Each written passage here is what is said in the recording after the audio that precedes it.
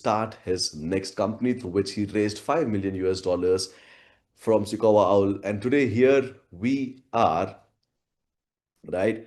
We're talking about the same company, Outskill. You guys know what I'm talking about, right? Currently, he has more than a million Instagram followers, 500K on LinkedIn, more than 100K on YouTube, 100K on X, more than a million on newsletter. He is one of the leading voices in AI across the globe, one of the most wanted AI podcaster across the globe. In fact, that is the reason I said you guys would have met him virtually. You would have seen him talk, you would have heard him talk because all his talks on AI about how it has changed the world, how it has changed the way we are looking at work, the way we work, everything has gone insanely viral across the globe. More than 5 million views on all the AI content that he has created.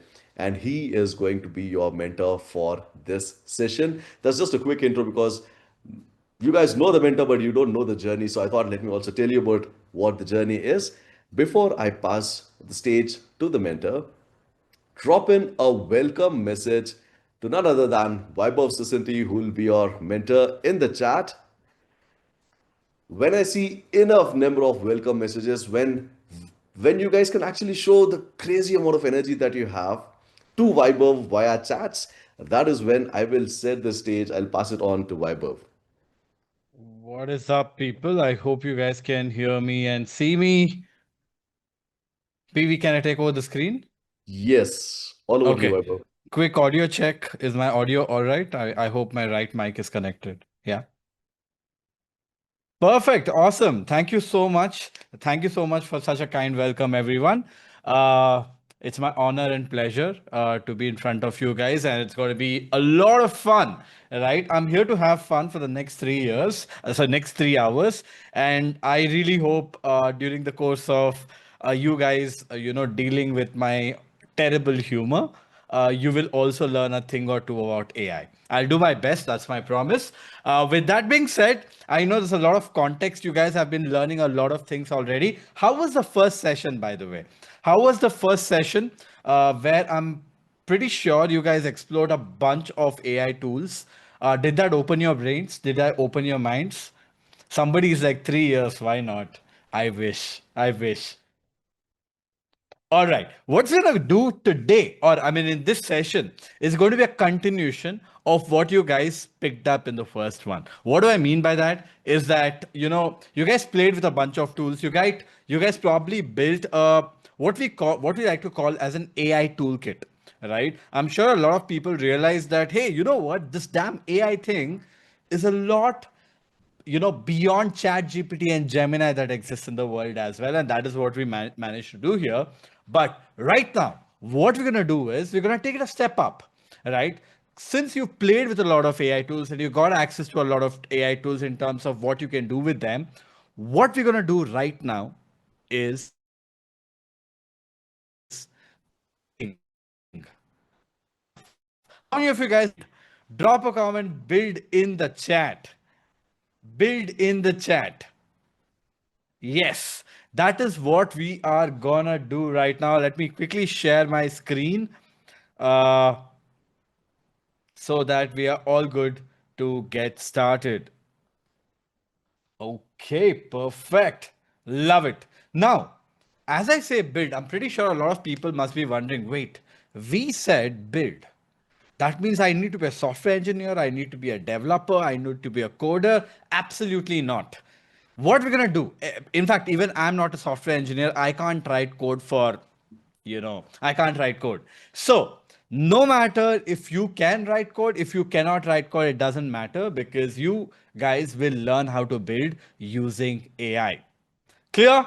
Should we get started? Let's go in the chat if we want to get started. Perfect, perfect, perfect. Let's go. All right. So, like I said, let's create some AI bots to start with. All right. You know what? I'm terrible when it comes to my attention span. So, I do get distracted quite a lot. So, I'm going to turn off the chat. I'm going to keep your reactions on. And if I get too distracted with the reactions as well, I'm going to turn that off as well. You see, I'm the teacher. So, I have the option to kind of do the controls. So, yeah, that's what we're going to do right now. All right. So, as I say, we're gonna build bots. What do I mean by that? Because first time when people hear me saying things like this, right, they'll almost always wonder, saying, "Oh, it's gonna be very hard. I don't know how to code. How do we go about it?" Well, we're gonna build some AI bots in a tool that we've been using for quite some time, and that is ChatGPT. Yes, I'm not kidding. We're going to build some bots on ChatGPT. Now, here is something that a lot of people don't realize about AI tools. You see, everybody kind of thinks that, hey, writing a prompt about, hey, hey ChatGPT, can you write a poem for my dog? And then here comes a beautiful poem for your dog, and you're like, I know how to use AI. That's what people think. But the reality is quite different. In fact, even with tools like ChatGPT that people believe that they know what it is, there are things that are incredibly powerful that people don't even realize. And they are, quite hidden. So you got to find them, right? So I'm going to find you one of very cool tools that exist on ChatGPT. And when you click on the sidebar, right? If you click on something called as GPTs, which is Explore GPTs, or you can go to chatgpt.com/GPTs, right? If you click on this, a new universe opens up. What the hell is this? Well, this, my friends, is something called as the GPT marketplace. What do I mean by that? Well, what happens is people like you and me can build apps on top of ChatGPT. Yes, use the base technology of ChatGPT to build very cool apps on top of ChatGPT, and they are called as GPTs. And you know what? There are hundreds of thousands of incredible people out there in the world who have built a ton of GPTs like this. For example, let's say you want to write an email and you're too lazy to write a prompt. So you could come to this GPT marketplace, which is completely free, by the way. You could come to the search box, just search for, let's say, something like email because you want to get an email written. And I'm pretty sure someone in the world must have created an app on top of ChatGPT to write great emails. And here it comes. There are a bunch of apps right here. Let's say I select this one because it has 900,000 users. That's perfect for me.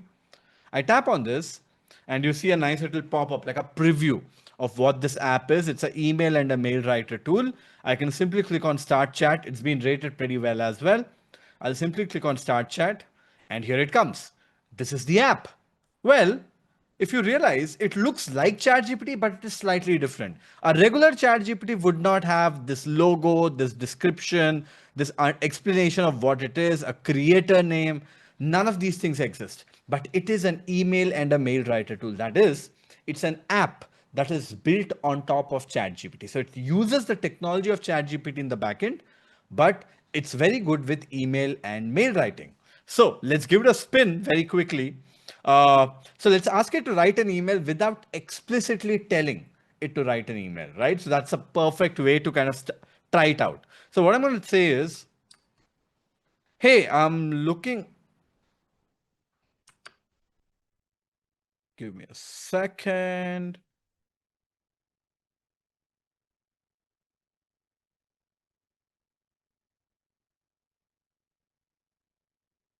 For whatever reason, there you go.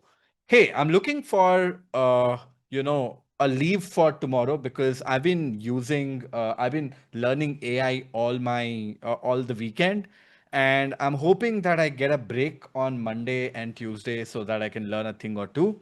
Uh, I mean, basically continue my learning and slightly get better because I have a lot of ideas back of my head, and on translate those learnings into playbooks. If I get a couple of days off on Monday and Tuesday, that would be great. So guys, if you guys were wondering what was I doing, I use Whisperflow for voice to text. You guys must have learnt about it. And I'm using a different computer today, and my hotkey was different. So I was clicking Control and Space, and the hotkey was not getting activated. And then I had to open Whisperflow to see what my hotkey was. That is what took me a while to figure out. But here you go. I've just mentioned what I want here as an email, but nowhere did I say write an email here, right? If you read this, go.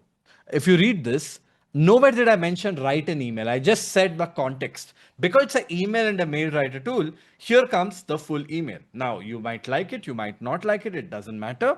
right? You can ask it to make it better or whatever. You learned how to do magic prompt formula as well, but you get the sense. But what I wanted to give you guys an understanding is that, look, even if I don't mention write an email, it kind of understood that we needed an email because it's an email and a mail writer tool, right? Now, this is not what I wanted you guys to learn. Of course, this is a GPT marketplace. There are literally hundreds of thousands of apps that you can play with on productivity, research, education. You can do that yourself. What we are here for is to build one of these. And for you to get started with building, there's a nice little create button right here that you can see, which stands out pretty clearly because of the contrasting color, right? You can see the create button. If I tap on this, this is where the new ecosystem kind of opens up. This is your own GPT builder, where you can literally say what you want it to build and can build the app for you. What do I mean by that? The section on the left side, what you see here is basically the GPT wizard. That is, here is where I talk to AI, explaining it what I want to build. And the one on the right, which clearly says preview here, is the app that it would build right in front of our eyes as we are giving it more feedback. Right? So let's build one very quickly and you'll get very good context. It's not rocket science, but it's incredibly powerful. Okay. So what do we build? Let's say we build a tweet writer. What do I mean by that? An app where if you give a topic, it should be able to give you a tweet. That's the app that I want to build. So what do? I come here and let me give it a prompt. I want to build a very powerful Twitter writer or X post writer. What I wanted to do is every time I give you a topic, you should be able to come up with one tweet, one incredible tweet that has very high odds of going viral on Twitter if I post it. You see, you have had a lot of experience in writing viral tweets all throughout. You're an expert tweet ghostwriter. So use all your skill sets to come up with a great tweet every time I come up with a topic. That's the app I want you to build. There you go. I've given it the context on what I wanted to. I'll just simply click on the send button. That's it. That's pretty much it. I just talk to it on what I want AI to do here. That's it. And you can see this, it has started to work already. It's thinking for a few seconds.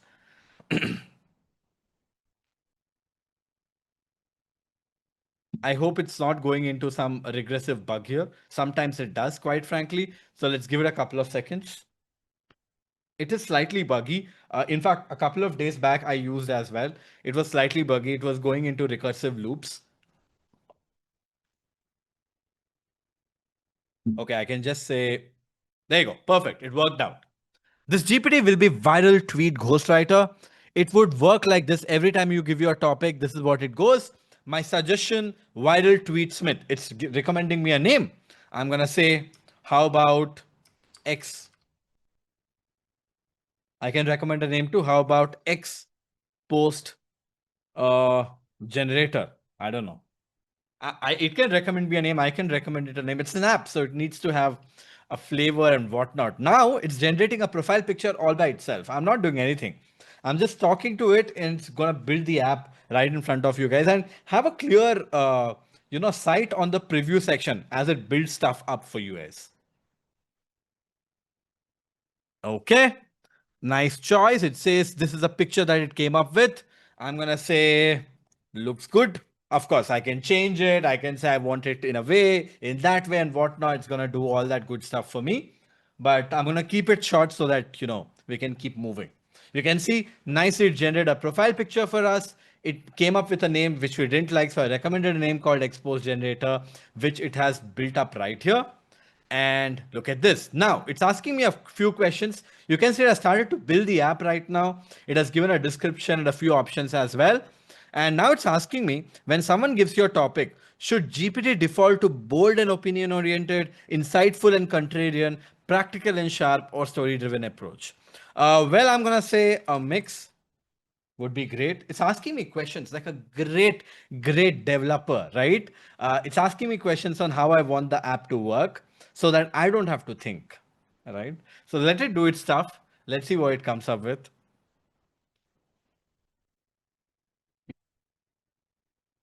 All right. Perfect. Now it's asking when a topic is broad, should the post lean more towards which audience? So it can keep asking me questions. So, I mean, I can keep answering them and you can keep looking at it. But what we can do is let's give it a spin. I'm going to say, can I give it a spin? I mean, which is, can I give it a shot? Not sping. I don't know why I added the G. This is exactly why I use my voice more than typing. I've kind of forgotten how to type, quite frankly, because Whisper Flow has like made me a terrible typer now. I can't type both on phone and on, on a computer because I'm always using Whisper. Okay.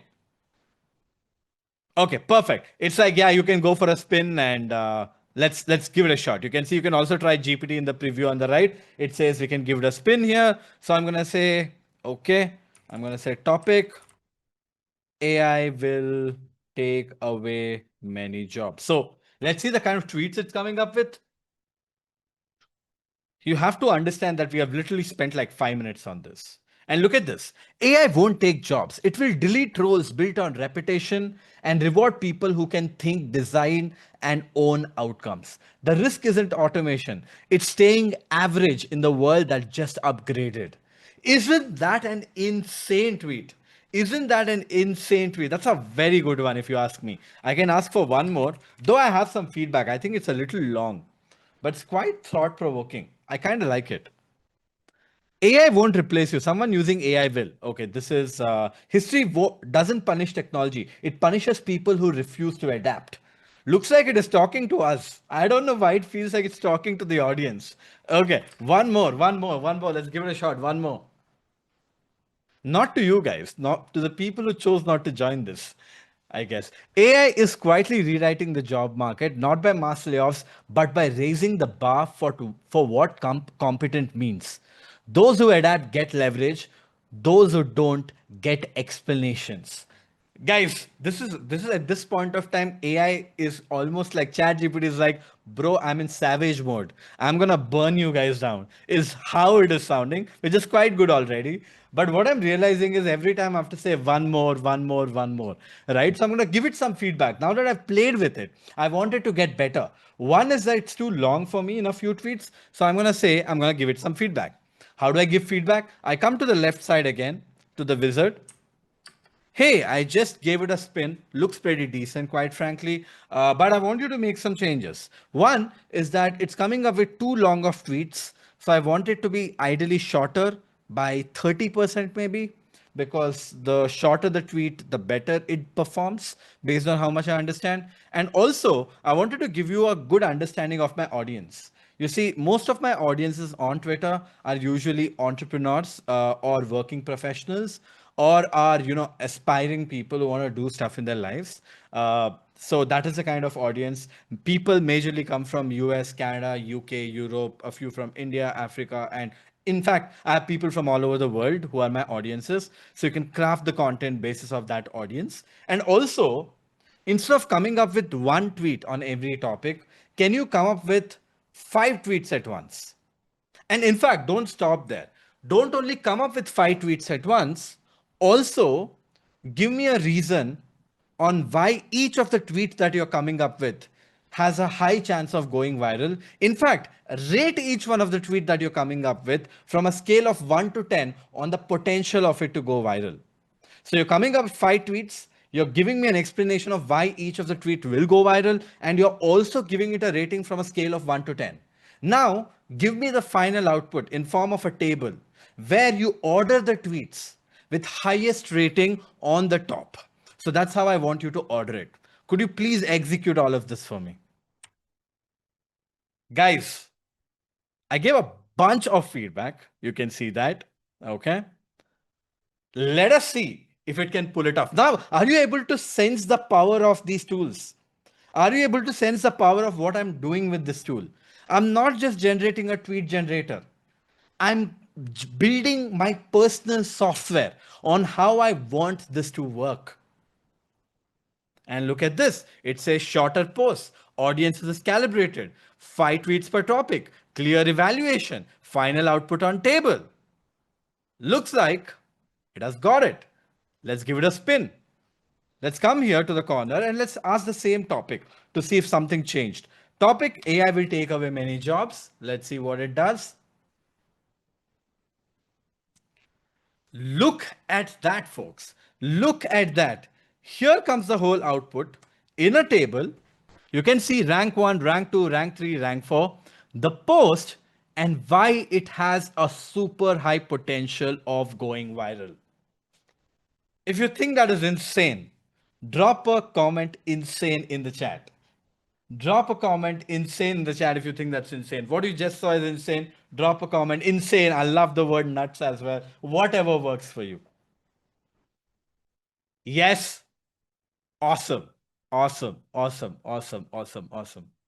Now, look, here is what I want you guys to do. Okay. Every time I teach you something new. The way I want you to think, in fact, I'm going to turn off the chat so you can focus on the screen. Every time I teach you something like this, I want you to think one thing back of your head.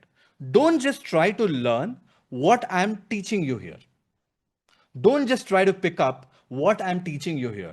Also try to understand what you could do with something like this. Now that you've learned how to build apps inside of ChatGPT, what is the potential that you could unlock with it? Is the thinking that you should have. Of course, you should learn the process. Of course, you should pick up the nuance. But what is even more important is what you can do with what you have learned. What problems can you solve with this? And you know what? For a lot of people, if I'm not wrong, as you're looking at this, your brains must be blowing up with ideas. Oh, you know what? I have this problem. I can solve that with. I have that problem that I can solve using this technology. Make a note of those, because you know what? Our brain is in a rush at this point of time. As a result, it probably is performing in a much better levels than usual. The ideas that you get right now could be forgotten, and making a note on a phone, on your computer, on your notepad actually does help. Because I wish I could teach you for the next 3 years, but I'll be here for the next 3 hours. But for the teachings impact to continue going forward, you need to execute. You need to do things with what you have learned. And the notepad will act as a framework or a roadmap for you to continue your learning, because that's the world of exploration that we are getting into. Sounds good? Sounds good? If you're clear, give me a thumbs up or a heart. That works for me. All right. Just wanted to quickly give this context. Okay.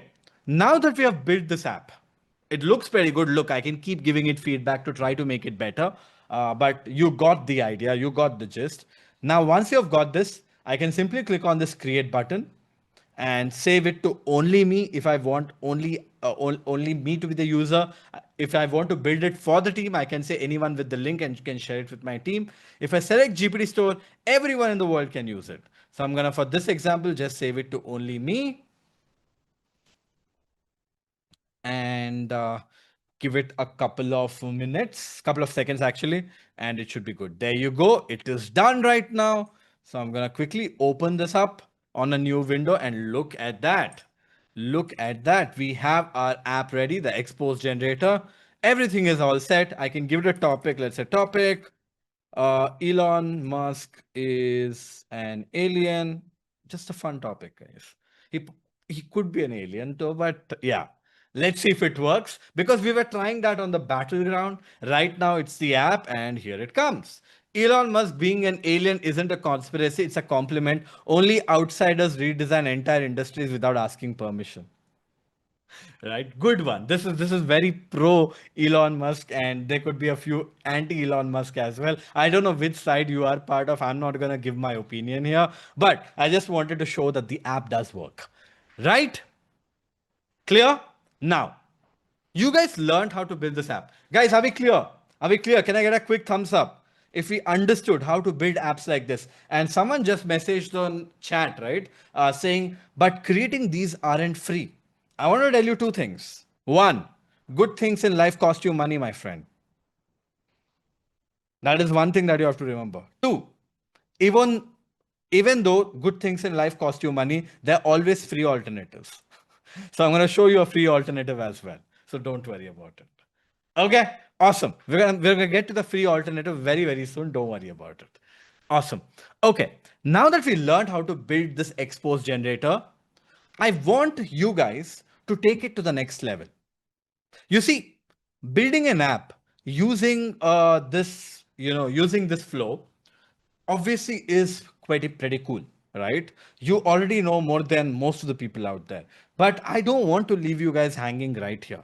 I want you guys to be able to take the next step. I want you guys to have the ability to build advanced apps. How many of you guys want to learn a way I build my own advanced apps, which definitely outperforms 99% of apps built by others? And it's a secret sauce. It's a secret sauce that I know for a fact even the best of people aren't aware of, because it's my own process that I've crafted over the course of last 1.5 years and made it better. But I'm feeling generous today, and I'm thinking maybe I should teach that out to all of you guys, because maybe there are a few people in there who would want to use it and change the way they operate going forward. Yes. Yes. Okay. Perfect. I'm loving the reactions. So I'm gonna take that as a yes. So I'm gonna get right inside of it. What we just did is that we built a simple app, which is the expose generator. Yes, this is a simple one. All right. What we're gonna do right now is we are gonna take it a notch up. We are gonna build an app like this only, but a much more advanced one. If you learn this process properly, give your next 30 minutes with full focus. I'm sure the caffeine has kicked in already post your lunch. I can tell you for a fact this process can change the way you use AI forever. Okay?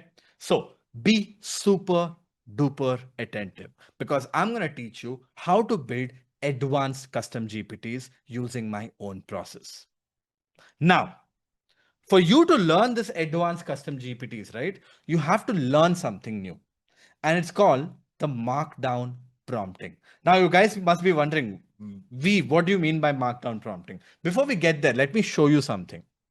Okay. Let me show you what I mean by a advanced GPT. What you see here right now is the post writer that I just tapped in. It's always pinned on the top for me. This is a post writer, which obviously reads out as post writer Webhub Sisinti style. That's my name. What this does is writes viral LinkedIn posts for me. FYI, I have about 500,000 followers on my LinkedIn, right? And 100% of my content is written using this tool.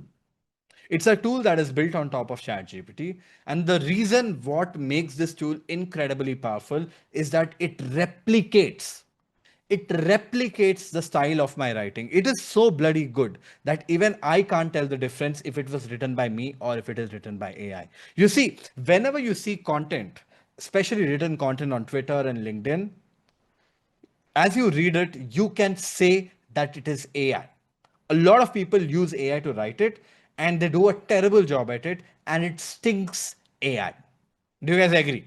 You guys have come across those posts which stinks AI. You read it and you know it is written by AI. Well, not in my case, because this agent that I've built, this bot that I've built, replicates my style of writing. It writes exactly like me. How does it do that? Because this is an advanced GPT. What makes it an advanced GPT? If I click on the edit GPT, right? Now, if you remember, this is the expose generator that we created, correct? This is the one that we created. What we didn't do in this case, we are still back on the expose generator right now, is that if I go to the configure part of it, we were in the create section so far. If we go to the configure part of it, this is the back end of the tool. You can see the logo, and I can upload a photo that I want. I can literally change the name, let's say 2.0. Here it comes. I can change the description, let's say by VS, and here it comes. I can make whatever changes I want. But the most important part in all of this is the instructions. If I click on this expand button, right, what has happened is this is what ChatGPT ended up writing. This is the prompt. This is basically the prompt. Everything that we spoke with AI or chat GPT on the chat, giving it feedback, it translated everything into a prompt like this. This is a prompt that chat GPT wrote. And this is the prompt. Because of this prompt, we were getting the output the way we want. You can look at this.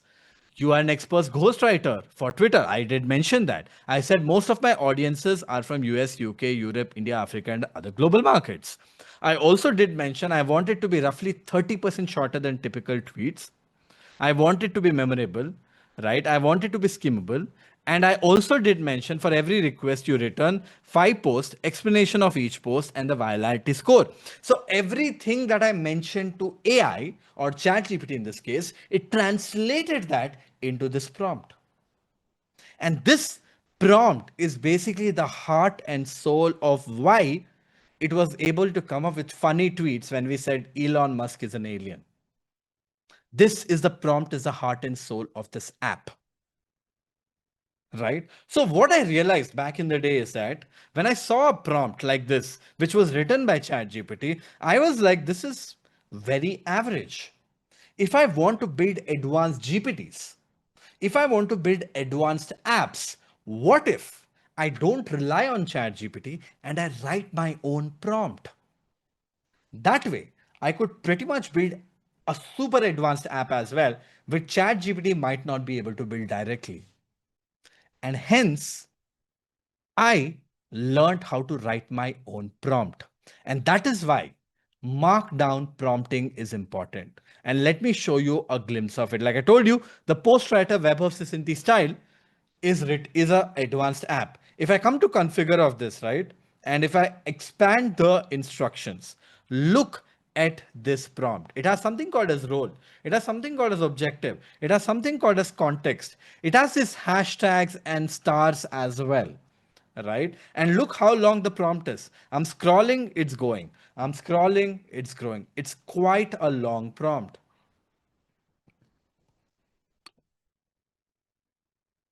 So what did I do, guys? I'm still scrolling. And here it comes. So what did I do? I basically crafted my own prompt rather than relying on ChatGPT to write my prompt. And that is the game changer part of it. And I want all of you guys to have the ability to build advanced GPTs. And for you guys to have the ability to build advanced GPT, you need to have the ability to write advanced prompts. And for you guys to have the ability to write advanced prompts, you need to learn Markdown prompting. You guys ready to learn this new format? It looks complicated, but it is not. So if you give me 10 minutes of your attention, I will explain you how to go about it, and I'll not stop there. We will write a couple of prompts right now in the next 30 minutes so that you get a full understanding of how this works. I told you I'm going to give you my secret sauce, and I don't lie. All right? Okay.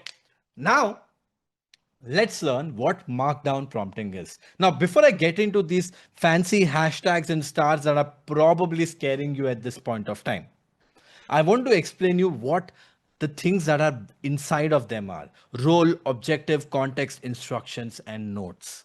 You see, whenever you're writing a prompt, you learned about Magic Prompt Formula, which is a very beginner framework, right? It's great when you're using ChatGPT, but when you're building apps, I want you to think a little longer about the prompts that you're building, because the prompts that you write is a one-time work, and you can reuse that app as many times as you can.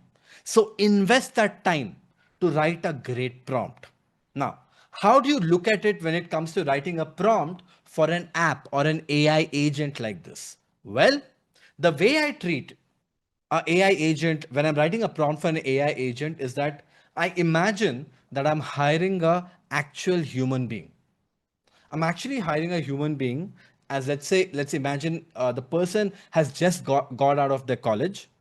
The person is extremely smart, probably a topper at MIT, but has never worked in a job, but has knowledge of freaking every single book out there, every single thing out there. It has IQ of more than of an Einstein.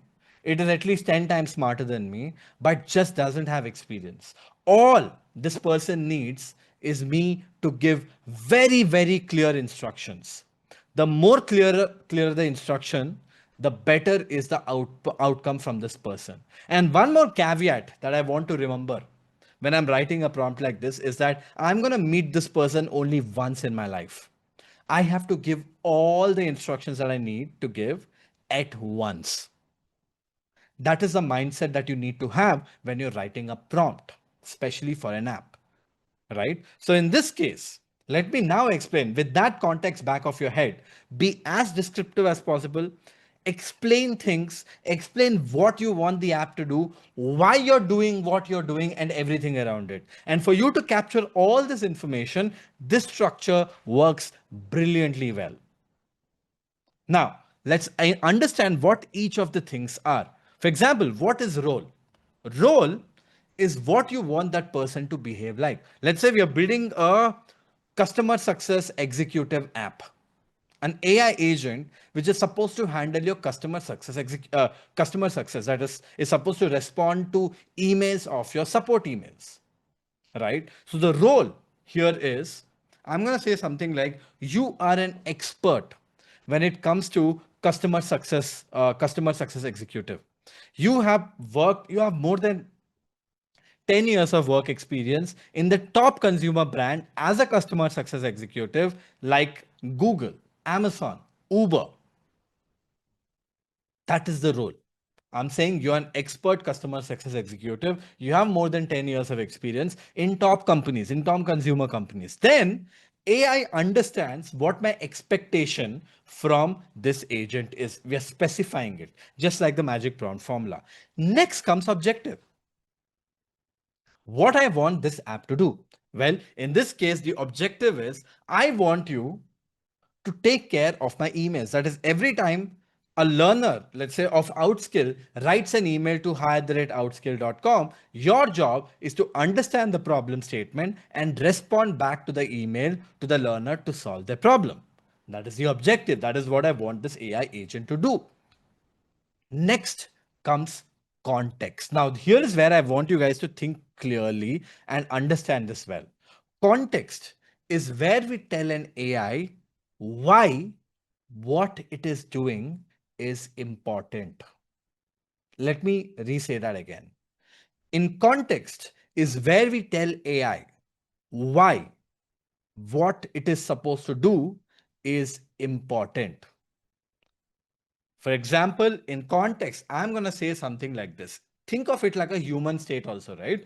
If you get a very smart person and you ask it to do, hey, your job is to reply to emails, that person is going to be like, dude, I can do better stuff. Why do you want me to reply to emails? But the moment you respond back to this person saying, look, if you're thinking your job is to just reply to the emails, it is not. Your job has a direct correlation to the growth of the company. And the person is like, how will me replying to an email will have correlation to the growth of the company? And that is where you as a founder have to explain, or a manager has to explain. You're going to be like, look, we are a consumer company. We are customer focused. Millions of learners every single month join Outskill programs. And every time they have a problem, they're going to write to hi@outskill.com. If we are not able to solve their problem with highest empathy, they will not join our programs. If they don't join our programs, they can't experience our incredible AI programs. If they don't experience our incredible AI programs, they would not go out and talk about our programs to their friends. And can you think of any business that has grown without referrals? Absolutely not. So, if you do your job well, if the customer or the learner continues to have a great experience, the loop finishes. As a result, the business will grow faster. And that is exactly why you, in spite of being such a smart person, I gave you this job because this job is very, very important. It has direct correlation to the growth of the company. Don't you think with this context, a human will perform much better than what they would have without this context? Give me a thumbs up. The context of why their job is important is very important for each and every one of us to give our heart and soul to it. Well, it's the same with AI. If AI doesn't understand why what it is doing is important, it probably will not do a great job. Hence, we clarify.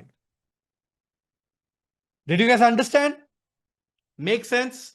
Okay, great. Next comes instructions.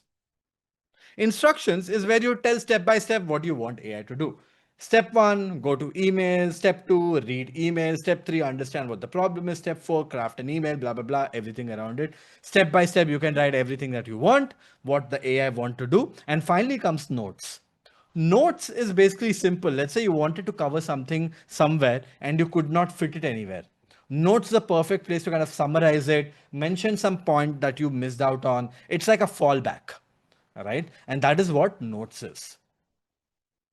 So, folks, this is how you split the whole prompt: role, objective, context, instructions, and notes. Now, let's come to the holy grail of this. What the hell are these hashtags and stars? In fact, even in this prompt, right, you will see a lot of hashtags. For example, it has hash and then 2 stars, and then comes role, and then ends with 2 stars. What is happening here? Well, this this is our super secret coding language to talk to AI and tell what is important. You see, we as humans, when you saw the slide for the first time, what did your eyes automatically go to? There's a very good chance your eyes automatically went to this spot, which is markdown prompting, or probably this title, which is special prompting structure custom GPTs. Why is that? Because the font size of this text was higher. Your brains know if the font size of the text is higher, that basically means it is important. But when it comes to AI, I cannot right click and increase the size of the font. There is no option for me to increase the size of the font because it is plain text editors where the prompt is taken. So engineers found an interesting way to communicate to AI what is important. What is that? And that is what is called as markdown prompting, or markdown for that matter. So when I put one hashtag and write anything after that, the whole line, AI imagines that to be written in a large font, which is called as headline 1. If I put 2 hashtags and write a line of text next to it, AI imagines that to be headline 2. What is an headline 2? It is still a large font, but smaller than H1, smaller than 1 hashtag.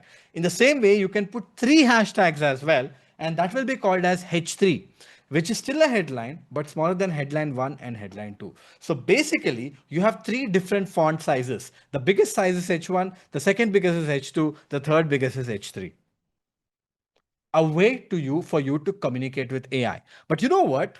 There's one other important thing. A lot of times we humans, as we are reading through blog articles and everything around it, we often give extra focus to words which are in bold, don't we?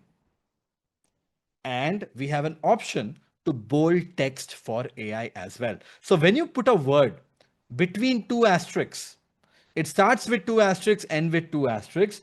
AI imagines that word to be in bold. Just for your easier understanding, this, my friends, is markdown prompting. You see, when I put a single hash, it's H1, look at the size of the font. When I put 2 hash, it's H2, look at the size of the font. It's still a bigger font size, but smaller than H1. When I put 3 hashes, it's H3, still smaller than H1 and H2. And when I put a word between 2 asterisks, it is in bold. This is the markdown formatting. And that's exactly why I call it the markdown prompting, because it's in the markdown structure and it's a prompting format. Now, does it make sense? If it does make sense, drop a boom in the chat. And before you do that, why don't you change your messages to everyone? There is set to everyone. Change it to everyone and let me know if it is clear. You're able to understand markdown prompting. Drop a boom in the chat if you think this was pretty cool, pretty powerful.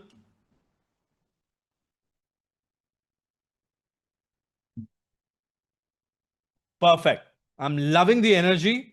Now that we learned or got a sense of, look, I know all of you guys are like, dude, this seems so complex. I kind of got it, but I'm not sure if I got it. Could you repeat this for me? And all, I'm sure all these questions are running in your brains. Look, I've trained more than I don't know, maybe 5 million people. So I clearly know what questions are running in your brain at this point of time. Now that you've learned this. So don't worry about it. I'm going to take care of that. The best way to learn something like this is by actually getting our hands dirty. So let's learn how to write a prompt using this markdown prompting. That way, you will get a much better understanding of this prompting structure. Make sense? Yes. Should we put this into action so that we are able to understand how to translate this into learnings? Yes. Okay. Lovely. Let us do that right now. Let us do that right now. Okay. Now we are right here, right? So we have to learn how to write a prompt like this. For that, we need a task. What do we build? What do we build? What if we build, what if I teach you how to build this?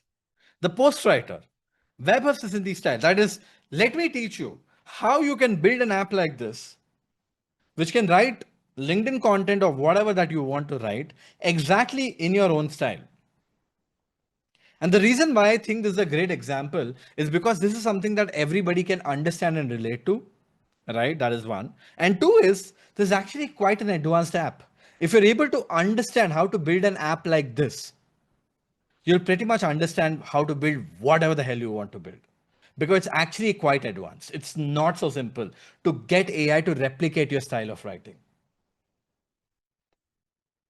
So that is what we are going to do right now. So step one of this is for us to write a prompt in Markdown prompting, which will replicate your style of writing.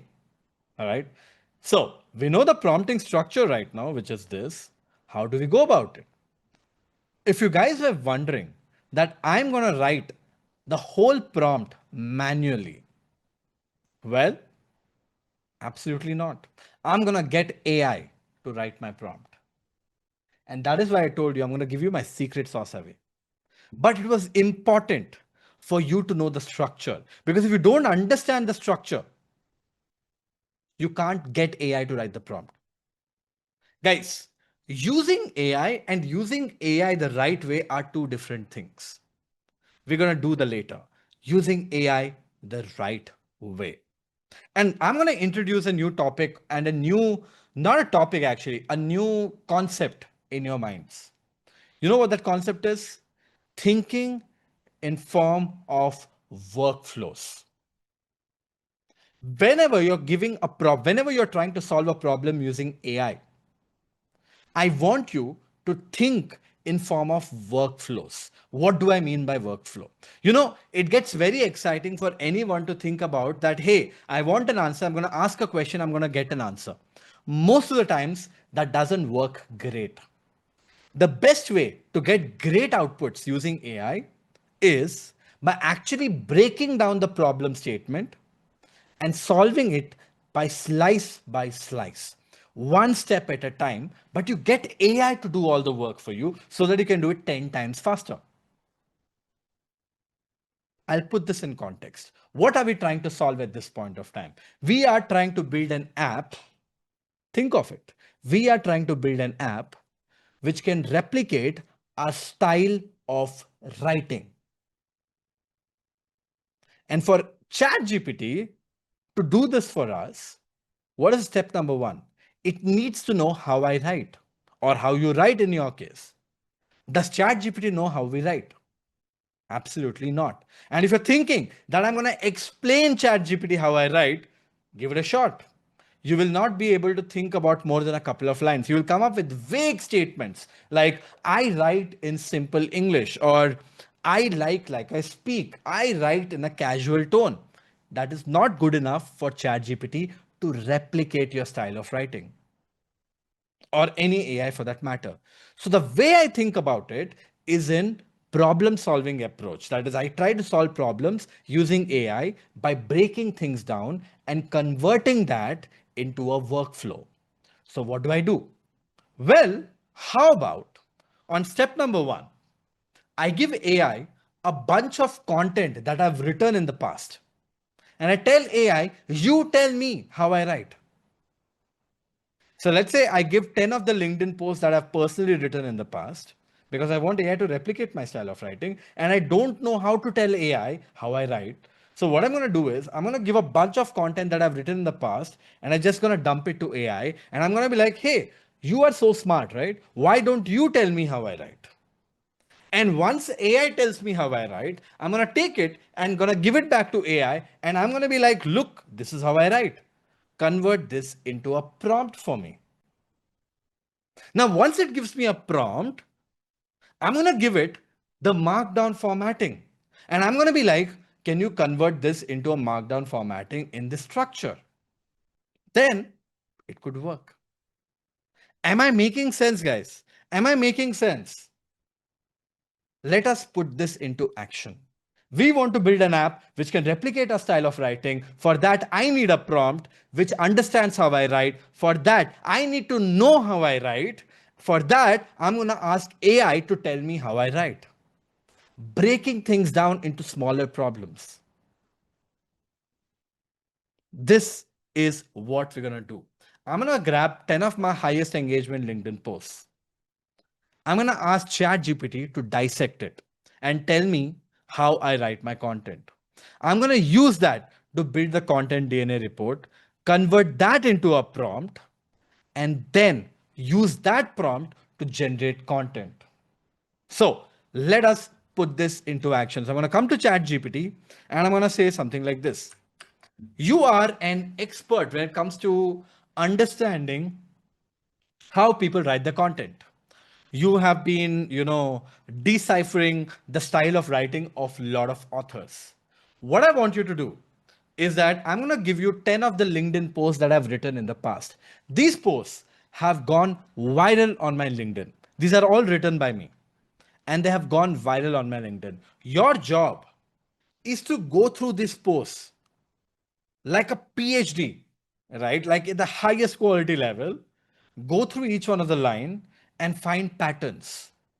Tell me things like why my content works. What are the kind of words that I use? What are the kind of sentences do I frame? How I write my hook, how I write my body, how I format my content, how I write my call to action, how I structure my content, why these content have gone viral, some common trends and patterns that you found in my content. I want you to tell me things that even I don't know about my own writing. That is what I want you to do. Go full PhD on understanding the content and give me an extensive content DNA report of how I write my LinkedIn content. Did you understand? Guys, I always end the question, I end the prompt by usually asking this question, did you understand? Look at that. We have filled that in. And I'm saying, I'm ending that with, did you understand? So what I'm trying to do here is, I don't want it to respond that right away. I want it to tell me what it understood. And look at this. It says, yep, I understood. Once you paste 10 of your LinkedIn posts, it will do all this good stuff for me. Look at that. Perfect. It will do all this good stuff for me. So what I'm going to do is I'm going to turn on the thinking mode on so that it thinks before it answers. And what I'm going to do is I'm going to copy a bunch of my LinkedIn content. I've already done this in the past. Of course, if you don't have a paid ChatGPT account, you might not be able to do it. But it's a good thing if you have the paid ChatGPT account. Or you can also say, think hard before you answer. In fact, I'm going to turn this off. Nice hack. If you have a free ChatGPT account, you can type something like, think very hard before doing this task. This will automatically invoke the thinking mode for ChatGPT in most of the cases. Okay. And I'm going to say, here are the LinkedIn posts of mine. Give me the super extensive content DNA analysis. And I'm going to just paste all the 10 LinkedIn posts that I've written in the past. I had copied it so that it's faster for me. So it's handy. I'm going to click on the send button. Look at that. And you know what? Look at that. It's going full PhD mode. And folks, WebHub 690's content DNA, the forensic analysis of why your posts go viral.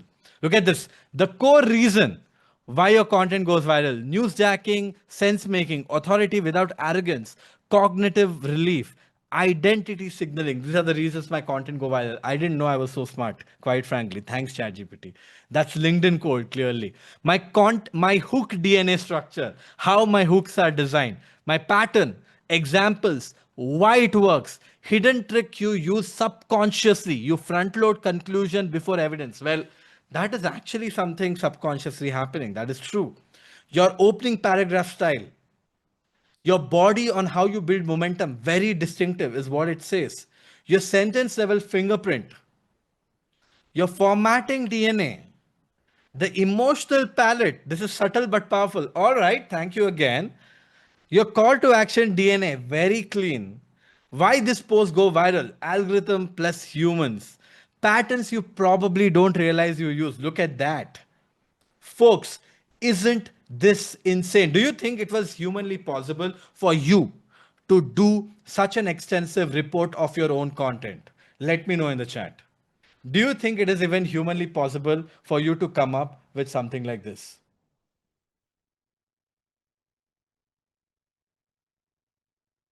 Exactly what I'm talking about. Guys, don't spam it with any URLs. My team will have to take action. That's exactly why we had to keep it to hosts and co-hosts, because we don't want people to get carried away with other things. Okay. Awesome. Awesome. Awesome. Awesome. All right. Now that we got this, I'm going to give you a nice little hack right now. You know what? I'm not going to stop here. I'm going to make AI work a little harder. So, what am I going to do? I want the report to be even better. So, a nice little hack that I usually deploy is something like this. I'm going to say, AI, hey, I just saw the content DNA report that you shared. It looks pretty good. But you know what? I gave the same task to Google Gemini, and it came up with a report which is probably a 9.5 out of 10, while your report at tops will be a 7 out of 10. I expected you to do a better job. I expected you to be even more insightful, which is not the case. Do you want to give it one more try and make sure you beat Gemini? Because I'm rooting for you, my friend. I like you more. Well, you know what? Some gaslighting to ChatGPT does work very, very well. And look at this. All right, fair feedback. Thanks for being blunt. And here it comes. It tries a little harder again. It tries to come up with a little more information again. And for a lot of times, it does work really, really well. Again, small nugget of information, gaslighting does work. I hope AI doesn't become sentient one day and come back at me for gaslighting it. But for now, we should be pretty good. And folks, the good news is that we got AI to act like a content research expert to come up with such a super extensive content DNA report of our own content. Look at that. That's absolutely nuts. Now, I can simply copy this. I copied the report, go to ChatGPT, all right. And I could just tell AI, no idea why it's not closing. Okay. I could just tell AI to convert this into a prompt. So now that we got the content DNA report, we need the prompt right now, right? So I'm going to come to ChatGPT. I'm going to say something like this. You are an expert prompt engineer who has, written prompts for custom GPTs. You work for the OpenAI team. You have more than 5 years of experience. What I want you to do is to write a super extensive prompt for a custom GPT, which has the ability to write LinkedIn posts, viral LinkedIn posts. But the beauty of this is you replicate my style of writing. And the way you replicate my style of writing is that I'm going to attach a content DNA report to you of how I write and why my content goes viral.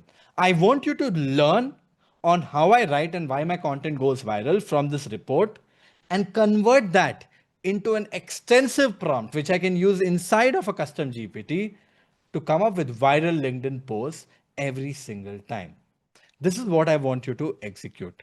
Did you understand? There you go. I've opened a new window. I've asked a new question. I said, I want you to write a prompt right now. I end with the question, did you understand? Because I want ChatGPT to clarify me on what it understood. Looks like it says, here's what I understood. I've logged in one super extensive prompt. Da, da, da, da. I will match all of these good things. It's saying, please attach or paste the content DNA report. Well, that's all I need to do. You remember content DNA report was given to us by ChatGPT itself. I'm going to behave as if I wrote the whole damn thing. I'm going to come here and I'm going to be like, here is the report. Make sure you don't miss anything as you write the prompt. I'm sure ChatGPT is smart enough to understand that was not written by me, because if it was written by me, it would have had 500 grammatical and spelling mistakes because I struggle to type anymore. But here comes the prompt, guys. Here comes the prompt. Copy this entire block into custom GPT is what it says. Role and identity, core objective, primary lens always on, what you're actually writing, hook engine, which is super critical, language and tone rules, which is super strict, paragraph engineering, dopamine control is what it says, bullets and lists, which is very important, and the narrative flow template, emotional core, CTA strategy, and topic scalability rule, the intentional edge, and the quality control check, and the output format. So it did come up with a prompt. But there is one thing that is missing in this prompt. It's a super extensive prompt, but something is missing. What is that? This prompt is not in the markdown prompting style. It did come up with a prompt, but it's not in the markdown prompting style. So what do? Well, I come back and I simply say, hey, the prompt is great. Could you please convert the prompt into the markdown prompting style while making sure you're not missing any of the information? You capture everything, but encapsulate the whole damn thing into the markdown formatting style, markdown prompting style. I'm going to share you the example of markdown prompting below. Follow the structure for me. There you go. I've just explained it. And what do I do here? I just come here, copy the structure, come back and just paste that structure right here. That's all I did. I've pasted the whole structure right here and I said, please capture it in this format for me. And let AI do all the hard work. And look at that, guys. Role, objective, context, instructions. The whole prompt is coming for us right here, all written by AI. Look at the number of instructions that's come up with. Now that has come up with everything, you can see that it has not come in the full format. If you see the stars are missing, it has come up with a few hashtags for sure, but it's not the whole format because it has bolded it here. So though it has come in markdown format, it is not in markdown format completely. So how do I get it in proper markdown format? So I could still say, could you give me the output? Guys, I want you to remember this. In a code editor or code block, okay? Remember this. So that I can simply copy and paste it and the markdown format is retained. Why am I doing this? For example, look at this. This text is in bold. But if I copy this and paste it inside of custom GPT, it was supposed to be in two asterisks. You remember, right? It was supposed to be like this. It was supposed to be in two stars like this. That was the markdown prompting, but has not come in that way because it's ChatGPT. Now, when I ask it to give me the output in a code editor or a code block only, it will make sure all the hashtags and stars are retained. And look at this time. You can see this now. They are coming in the format that I wanted to. It is in the markdown prompting format right now because this is a code editor. A code editor is a plain text editor. That's why I want you to remember every time you're writing a prompt, you always ask it for the output in a code editor or a code block. And here comes the whole prompt, my friends. Guys, if you think this was mind blowing, drop a MB in the chat. And one message is enough. Don't spam it. Don't spam it. One message is enough. Sankalp, I don't want to kick you out of the call. So chill, calm down. One reply is enough. I want everybody to participate. I don't want people to spam. Brilliant. Right? Awesome. So let me quickly, run you guys through the whole process one quick time. Okay. What did we do to start with? The first thing that we did is we asked AI to act as an expert content decipher and tell us how we write. And we told AI that we're going to give it a bunch of content that I've already written. That's what I said. And it understood. Then I dumped it with all the content that I have written in the past, about 10 LinkedIn posts of mine, and it was able to come up with a great content DNA report.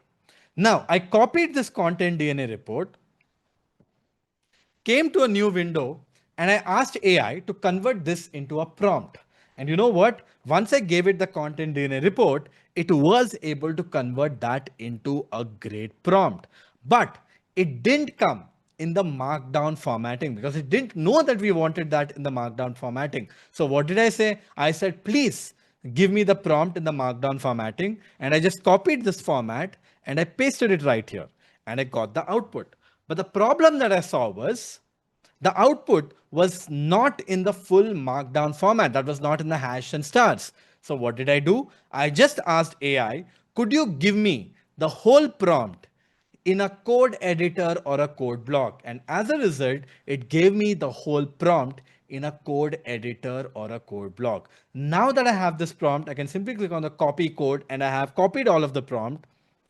Go to ChatGPT, click on this expand button, go to explore GPTs, click on create. And now that we are experts at this, we directly come to configure. We don't need the create option anymore. We directly come to configure. Inside of the instructions, I just paste the whole damn thing. And here it is, guys. Our super extensive prompt, which has the ability to replicate my style of writing. We made AI to write the whole prompt in Markdown formatting, but we followed a workflow. We broke down the big problem into smaller problems. We got AI to solve each of the problems step at a time to get us to this output.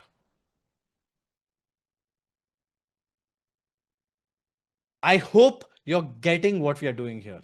You're not just learning how to build a GPT, you're just learning the way you work with AI. That is what I was trying to teach you. The idea of me doing this session, quite frankly, guys, is that there are things that I've learned by trying AI for the last couple of years. How do I condense all that information for you in the next 3 hours? So I had to put a lot of nuggets of information inside of this process. And I really hope you guys are enjoying this. Right? Okay. Now that we got the prompt right here, let's give it a spin. Let's give it a topic. Let's say topic. What topic do we come up with? I don't know. I really can't think of a topic. Let us see. Okay, let's say OpenAI, sorry, Google will win the AI race eventually. Let's say that's the topic that I want to come up with on a LinkedIn post on. Let's see what it comes up with. If given the prompt, Google will win AI race, not because its models are better, because the race isn't about models anymore. Pause. Most people are still benchmarking intelligence. That belief is already obsolete. The real game is control of defaults. Guys, can I tell you one thing? I don't know. I'm pretty sure most of you guys have not come across my LinkedIn posts, but this is exactly how I write. This is it's very distinct style. If you see, this is not common. This is exactly how I write, and I can tell you it's a 9 out of 10 because it has managed to replicate my style of writing to the T. In fact, I think I should use this prompt because it has done a better job than my old tool right now. I believe so. But you get the idea. You get the idea. We got AI to do this. My old tool was built like, I don't know, 14 months back. I'm not made an update. I think it's about time I do that update, right? Because turns out the models are getting better, the prompt has got better, everything has got better. So why not, right? But yeah, this is how you build an advanced GPT. Yes, you guys understood? Are we clear so far with everything? Are you guys having fun? From a scale of 1 to 10, how is the session going on, guys? From a scale of 1 to 10, how is the session going on?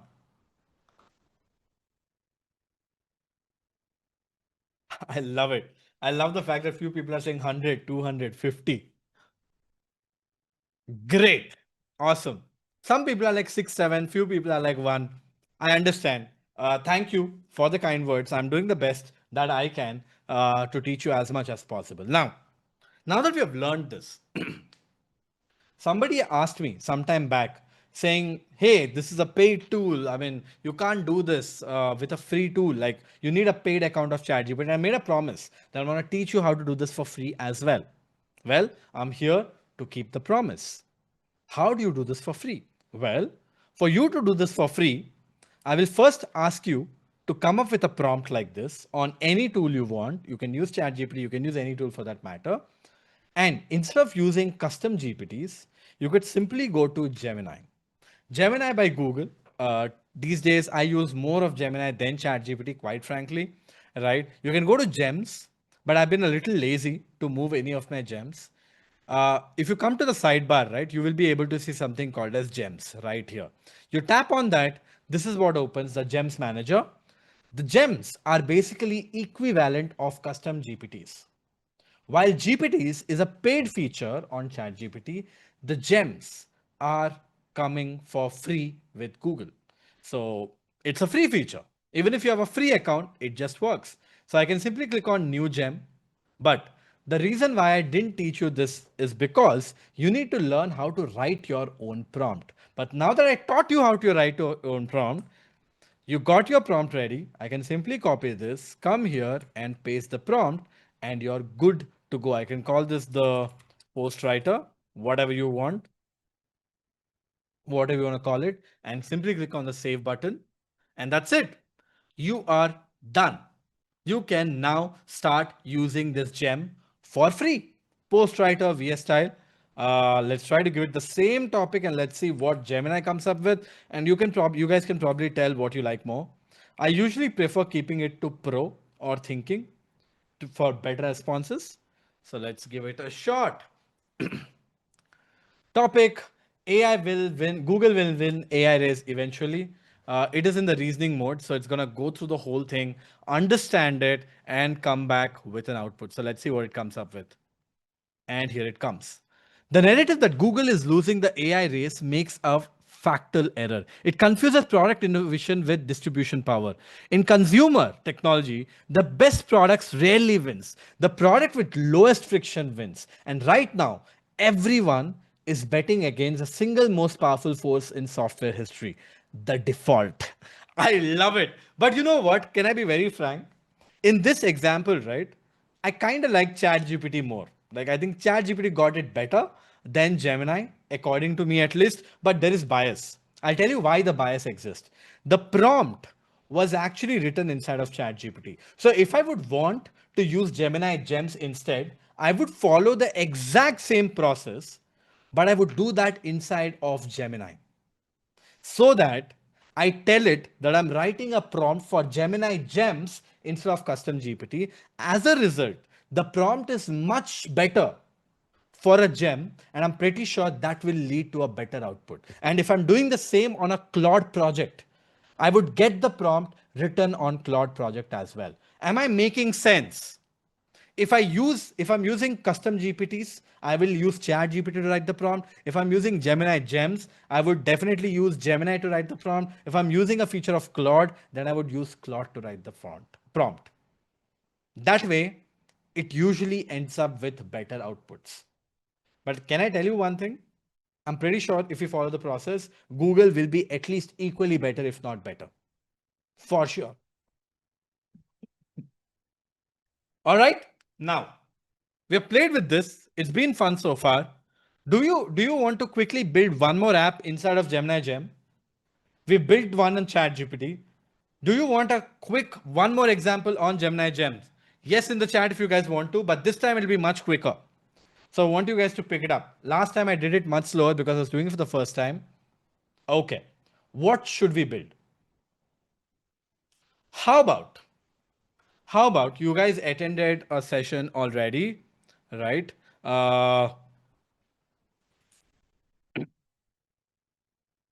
You guys attended a session already. You guys learned a bunch of things on that session already, right?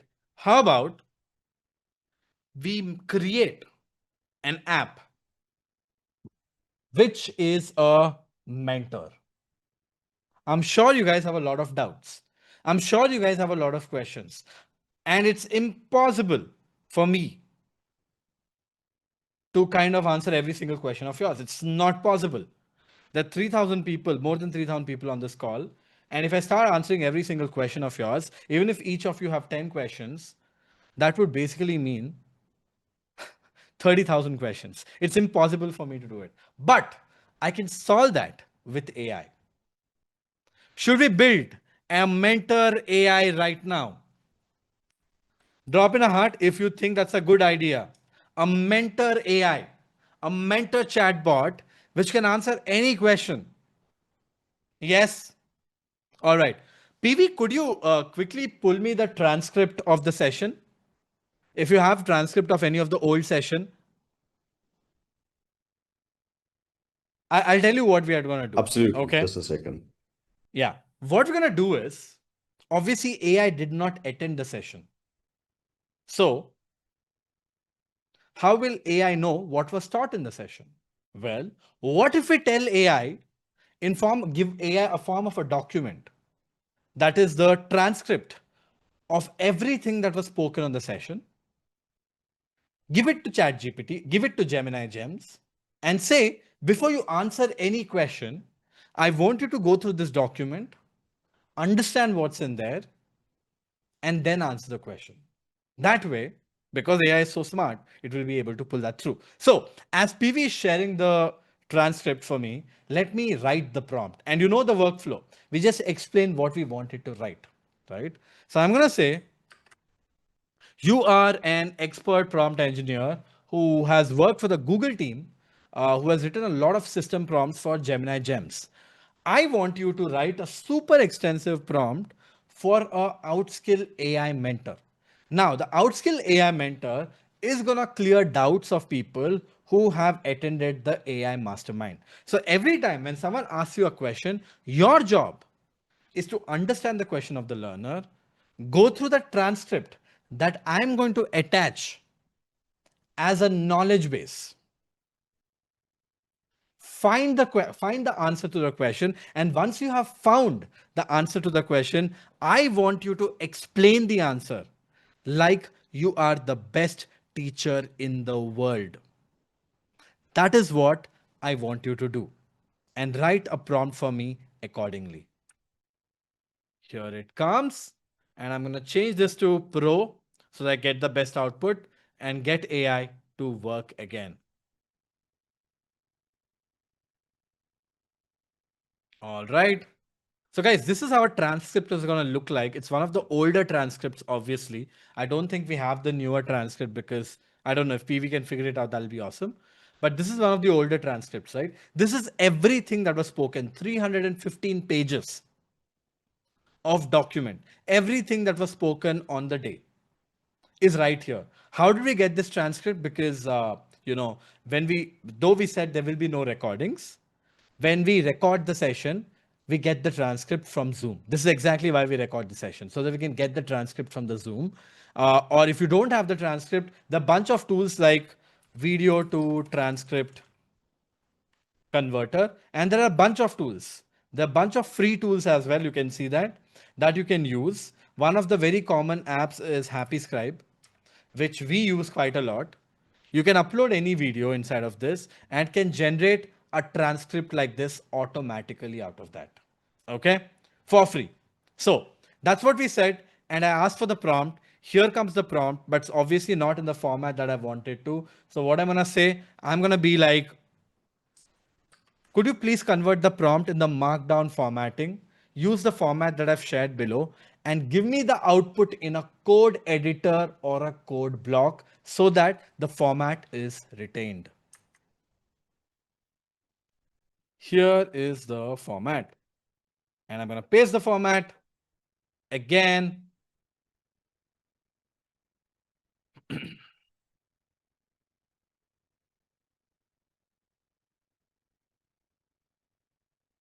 And here comes the whole prompt, guys. Clear so far? Give me a thumbs up if you guys are clear so far. This is clear? Yes. Now, I simply copy the prompt. Perfect. Go to gems. Click on new gem and just paste the prompt right here.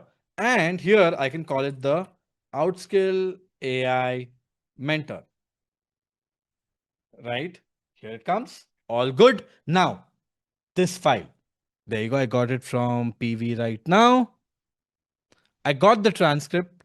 PV, is this a transcript of today's session or an older one? You can see this. There are 136 pages of information right here. A lot of content right here. Looks like this is an old one as well. This is the older one, not the new one, Yeah, because it's, not today. yeah. Yeah, the session is not over, so they cannot get the transcript, obviously. Okay, we have that file ready. All I have to do is upload it. I can click on this knowledge. You see this knowledge section right here. And click on this add button and add a file. Upload files. There you go. I've attached the file, which is day one. And guys, we are pretty much done. We have the Outskill AI Mentor ready. Okay, click on save. And we could start asking it questions, right? So let me ask a couple of questions here. I don't remember what was covered, but we could give it a spin. Could you tell me about the prompting structure that was taught and why was it taught and how is it useful?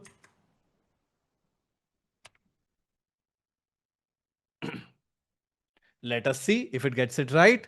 Look at that, guys. Come on. It got it right in 2 seconds. I asked it for the prompting structure. It spoke about the magic prompt formula because it only has access to the first session. And here comes the whole magic prompt formula and also the analogy and everything around it. I can also ask, hey, could you tell me about every single tool that was covered in the AI toolkit and which tool was used for what? And try to give me the whole output in form of a table. Let's see what it comes up with right now. Look at that, guys. Look at that. Every single tool that was covered is right here with the tool name, with the use case that was covered for, and it's all here. Isn't that insane? Of course, this is the older session, so you will see the older things right now, right?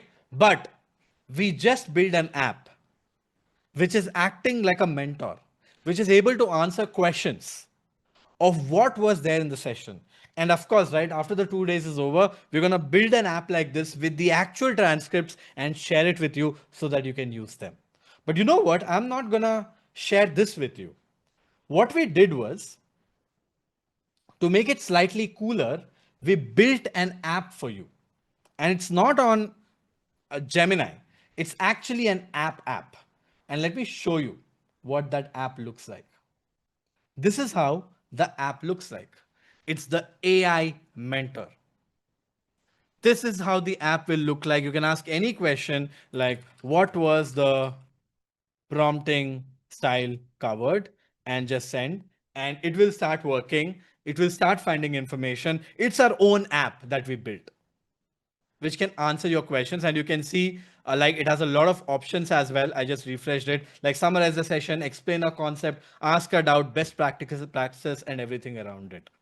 You'll get an app like this, which you can use forever to clear all your doubts. But what if I told you I built this app in a few minutes? I built this app in a few minutes. Would you guys want to learn how I converted a Gemini gem into an app like this with its own user interface so that you can share it with anyone? In fact, you can charge money for people as well. Do you guys want to learn that? It is so bloody simple that's going to blow your minds. Yes? Are you sure? Are you sure you're ready for this kind of stuff? All right. Let us do that right now. I'm loving the energy today. You guys have been extra kind, so why not? Okay. So what did I do here? There is no way to pull out Gemini Gem and put it on a UI. It's not possible, right? Because this is a Gemini Gem. So how did I pull this off? How did I build this Outskill AI Mentor tool? I used two different tools for this. The tool number one is the backend of this tool, which is like Gemini Gems, but it is not Gemini Gems, but it's actually a different tool, which only takes the same things like a prompt and everything. It's called as Lizer. So I built the backend of the app using Lizer. And then I built this beautiful user interface of this using a tool like Bolt or Replit or Lovable. Let me show you this. It's quite simple, and I think it'll be super cool for you people. Okay. So what did I do first? I need to build an app like this in the backend for it to work, right? I need an app like Custom GPT, but Custom GPTs, I cannot connect it to a different UI. So I found a new platform which allows you to build apps like this or agents like this. It's called as Lizer. Okay. I found this platform. I created an account on this platform. Okay. And this platform is pretty cool. You can build quite a few agents inside of this. So you can go to single agent right here. Okay. And now you'll see it is very similar. It's asking for agent name. I can say Outskill AI Mentor. Description, I can write whatever I want. Now I can select which AI model do I want to use. And let's say it gives me all these Google and OpenAI models as well. Let's say I want to use the Google 2.5 Pro or 3 Pro. Okay, whichever model I want. Now that I've done this, it needs the prompt. But in this case, the only difference is that you can see it is asking it to split the prompt into 3 buckets. We already have the prompt here, right? We already got the prompt from Gemini. So I'm going to go back. Here it comes. We already built the prompt and I have the role right here. So I'm going to copy the role from Gemini, come to Lizer and paste it inside of the role. Next, it needs goal, which is the objective. I'm going to come back here.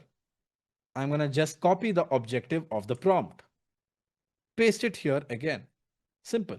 And then agent instructions. And I'm going to basically copy the rest of the thing and just put it in the instructions. That's it. As simple as that. Done. Now, clear so far? Instead of pasting prompt in one box, I had to break the prompt down and put it in 3 boxes. Clear? Okay. Now I need to upload the transcript file, right? This is where it's getting the knowledge from. And on Gemini, I had that option of knowledge. Even in this, there is something called as knowledge here, which is the knowledge base. I can just turn this on and just upload a knowledge base by clicking on create new. But just to save time, I'm just using an old one right now. And that's it. If not, I can upload a new PDF file as well. Click on the save button. That's it, guys. And I can simply click on create. And you know what? I just copy pasted the same prompt. I uploaded the same knowledge base. And here I have the whole system ready, which is the backend. Now I need to test this out, right? So I can say, what was the prompting taught? I don't even know how old this is. So I just thought I will show you this so that it works. But let's see. It's saying inference might take a while because it's trying to connect with the Google API, pull that information. It's slightly slower. Obviously, it is slightly slower than the question. And look at this. It came up with that. And in that session, right, there were other prompting techniques that were covered, like zero-shot prompting and things like that. And it showed up right now because I told you the knowledge base that I uploaded was a different knowledge base. It's an old one, right? But it works. But How do we build this beautiful user interface right now? I told you, this is the back end of the tool. Now I need to take this backend and I have to give a beautiful UI to it. So what do I do? Well, I go to a tool. Let's say you go to Replit or Bolt or Lovable or any tool that you like. And I could basically write a prompt something like this. I want you to build me a beautiful looking app for something called as the Growth School AI Mentor. Go and read about the brand guidelines of Outskill. Pull out the logo and stuff if needed. I want you to build the Outskill AI Mentor app. The job of this app is going to be a simple chatbot where people can ask doubts about the AI session that they attended. Now, for the back end of this app, I want you to integrate with the Lizer AI Studio. I'm going to give you the code that you need to integrate the app with. That's it. That's all I say. I just explain what I want the app and I need to give the Lizer Agent Studios backend. How will it connect? The way it connects is, you see this option called as Agent API here. Guys, you don't need to be a developer. We just copy pasted everything, but we have to find an option to give access to this app to the Replit app, which we're building a UI on, right? So I'm going to click on this Agent API, click on this inference button right here, and just copy this. Just copy this code. I don't need to know anything else. This is a code which will allow Replit to build an app by connecting that backend. I'm going to say here is the code and paste it. And that is it. Click on the start button, leave it for 20 minutes. It will do all the hard work. And in 15 to 20 minutes, our app will be ready. Understood? Makes sense? And for you to get the proof, here is the app that I had built. You can see this in a similar way. I put the same prompt. I gave it a bunch of Lizer code and it took a bunch of time and it eventually built this app right here. Now it is building us right now. I'm showing you an instance of this app. The whole app was built on Replit. The backend of it was Lizer Studio. The prompt of it was written on Google. Guys, if you think this is insane and mind blowing, drop a MB in the chat. What did we do so far? First, we started to build a basic Twitter bot. Then we learned how to write Markdown prompting. Using the Markdown prompting, we built an extensive prompt to replicate our style of writing. Then we used Gemini Gems to build an app inside of Gemini Gem which can answer questions of your sessions by attaching a knowledge base. Then I taught you how to use Lizer as a backend to build the same damn thing, copy the API code, go to Replit and say, build this into an app, and Replit just did that for us. I will share the links of everything. I just wanted you guys to take a breather for a couple of seconds and just realize what you have just experienced. Today, when you were joining the session, did you anticipate you're going to learn all these things? Did you anticipate you're going to learn all these things? Did you think AI was this powerful? I love it. Now, what we're going to do is, I want you to soak this in. Take a quick, I'm going to take a quick 5-minute break because I need a breather. Once I come back, how about I teach you how to convert this app into a voice app? How many of you guys want that?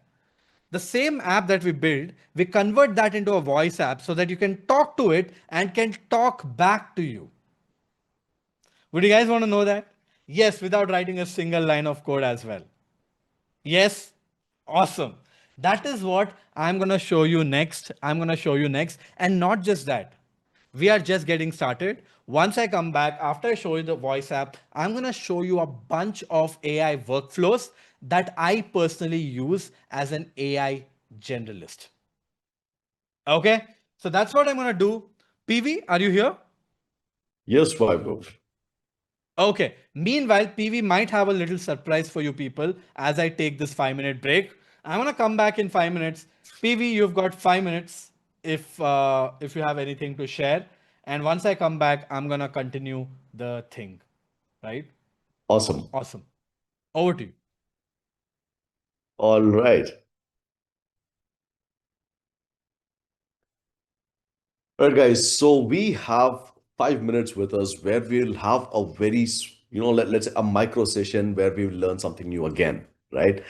Uh, this again is something that I wanted to cover because a lot of you over here work day in and day out, and doing presentations. A lot of you end up creating presentations, and a lot of you, in fact, in the chat have asked, "Hey, is there any AI tool that can help us with the presentations?" And that is what we will be looking at in the next 5 minutes. It's like a micro session that we'll do quickly before Vaibhav comes back and takes over the session. How many of you want to learn about doing presentation, like crazy presentations using AI? In the chat. Yes, loving it. All right, cool. Let's quickly run through this. Now, I know there are a lot of tools which are available. Pretty sure you guys would have used some of the tools to create a presentation and all. But let me again walk you through a workflow. It's not just one tool. Let's do a very small workflow and also give you a context as to what we will be doing today. Right now, I work with V a lot, and the thing working with founders is that they want work to be done right now. They want it immediately. It's not end of the day. They want it right now, and I don't have any option left other than to start using AI tools. And then I was playing with a lot of tools, and I ended up, finding this tool through which I started doing my presentation. And trust me, this is insane. I'll also tell you why this tool is better than a lot of other tools that I've played around, a lot of tools that I've tested with. Now, so this is what has happened. So I was talking with V one day, and we were like, "Hey, uh, we want to expand, right? We want to be the first company to reach 100 million plus learners on what generative AI is. We have already done 11 million, but we need to scale up, and we need to do it fast, for which we need funds." So we thought, hey, why don't we go to a venture capitalist and raise some funds, let's say 10 million USD, so that it'll help us in terms of building the operation, building the process, and we will be able to achieve the mission and vision that we have. And he said, can we make a presentation quickly on that? And as I told you, quickly means right now. So I did this workflow. So let me share my screen and also show you the workflow.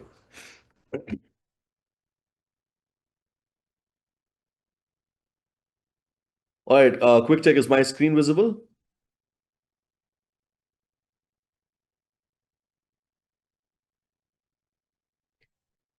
Perfect. Lovely. So this is the tool, by the way, that we will be looking at, which is known as Chronicle HQ. We will come to the tool, but before that, again, I told you it's a workflow, right? I can just log into Chronicle over here, and you can give it a prompt, just like the way you're prompting you're talking with your LLMs, and you can get your work done. But we have seen that it makes a lot of sense when you're doing a workflow. If it makes a lot of sense that you discuss with ChatGPT, get a prompt over there and put it over here, that's exactly what we have shown right now. So instead of doing it from a prompt, a direct prompt, let us take the help of ChatGPT, analyze what we want to do, put the input over here and see how it's going to help us, right? So that is what we will be looking at. So the prompt over here, I will just read it out and also tell you why I had to do this before the session itself. Uh, so this is the prompt that I've given to ChatGPT. I said, hey, I want you to think like an expert on management consulting who worked in companies like McKinsey, Boston Consulting Group, or Bain. You have more than 20 years of experience in raising funds and doing pitch decks for VCs. This is for a startup who's trying to raise funds so that they can grow, they can expand the business and operations. We at Outskill, which is the world's largest and the fastest growing Gen AI training platform in the world, want to raise 10 million so that we can keep up with the pace of expansion. We currently train more than 10 million learners, and the mission is to train 100 million learners. We can operationally build all the things that we want to sustain the growth, for which we need money. I want you to do a pitch deck which I can present in front of the world's best VCs so that they will give me the 10 million that I'm looking for. And I want the presentation to have to be anywhere in between 8 to 10 slides. You are an expert, so you know what has to be done. Uh, but just so that you'll have more understanding or clarity, I want you to look at the market trends, not just in India, but globally, because we are a global brand. We are expanding everywhere across the globe. I also want you to do competitor analysis and everything else which is relevant so that I can put it in the pitch deck and the VCs will be blown away with the plan that we gave. Give a super extensive detailed output, right? Now I can copy this, I can put it in ChatGPT, I can run the entire thing. But whenever I do this, I always use thinking models, which take a lot of time. And that is the reason I ran this entire thing even before we came to the session today. And you can look at it, right? It asked me a bunch of questions. I answered back, and it took around 10 minutes for it to do the research. I didn't want for all of us to sit and wait for 10 minutes. But yes, you can see that it has done its work and it told me what I'm supposed to put in slide one, slide two, so on and so forth. You can also see all the links that it has referred to, all the resources that it has used. Every single thing is over here. All that you have to do is just copy this,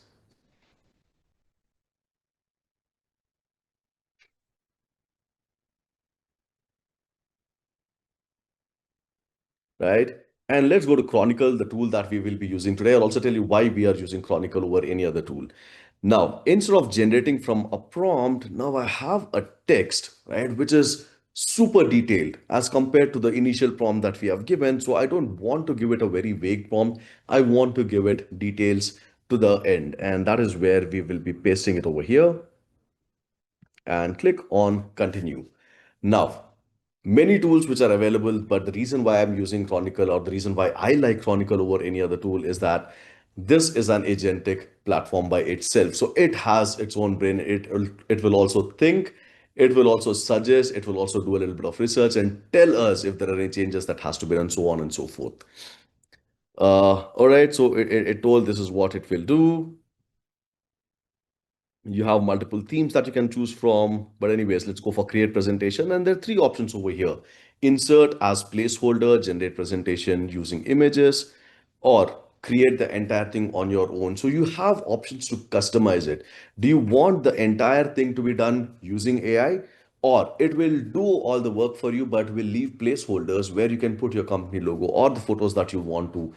Anything which can be done manually or can be done by AI, you can choose it. Hey, let me do a few things and you generate the remaining part of the presentation.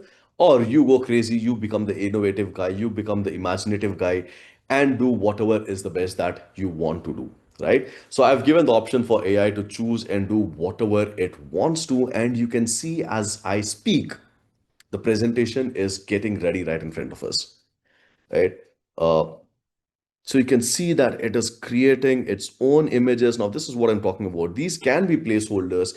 You can change the images if you want to. You can choose what to put, what not to put, which is the kind of customization that I love to have. And I generally do not get it when I use a lot of other tools.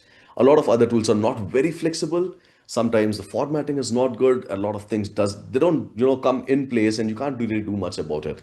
But over here, if you want placeholders, yes, you will get placeholders for everything over here. Now, let it do its work, but we can also look at a couple of things as to why I prefer Chronicle. Let's say we're talking about this slide over here and I want to make some changes. I'm not happy with it. For example, let's say the way it is.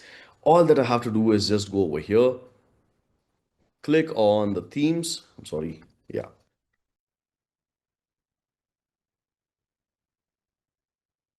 And you can choose which theme you want to. The entire presentation will change in one click, right? Okay, let's say that this is something which sticks well for us, and I do not like the format or I do not like the way this, the three boxes which are there. There's a lot of text over there. I don't like this and I want to change this. All that I have to do is click on remix and tell it that, hey, you know what? I want to do it in a different format, in a different image, the one that you like. I just randomly clicked one of the things that I saw, but you have options to customize it right down to the smallest details that you want to. It will look at the data which it has, look at the presentation that you want, the kind of format that you want, and it will change it on the go. Now, this level of customization is something that you do not get with a lot of tools. For example, the title page over here, I think it's bland. I want, let's say, an image over here. Wow. It just comes with an image, right? You can just change the font over here. You can make it big, you can make it small. Every single customization is there, and that is the reason why I love this tool. And I thought this is something which will be useful for you guys as well. Chronicle HQ, there's something that you can try, again, freemium tool you can try for some time and then decide how you want to take this forward. But let's see what it has done over here. Look at this. So I just clicked this thing and it changed it into the format. I understand that you know, the text is getting overlapped, but you have an option. You can delete the text, you can change the text. The customization part of things is super, super crazy. And this level of flexibility is something that I would love to have when I'm doing it. Are you guys with me so far? In the chat, can you guys let me know if you're with me?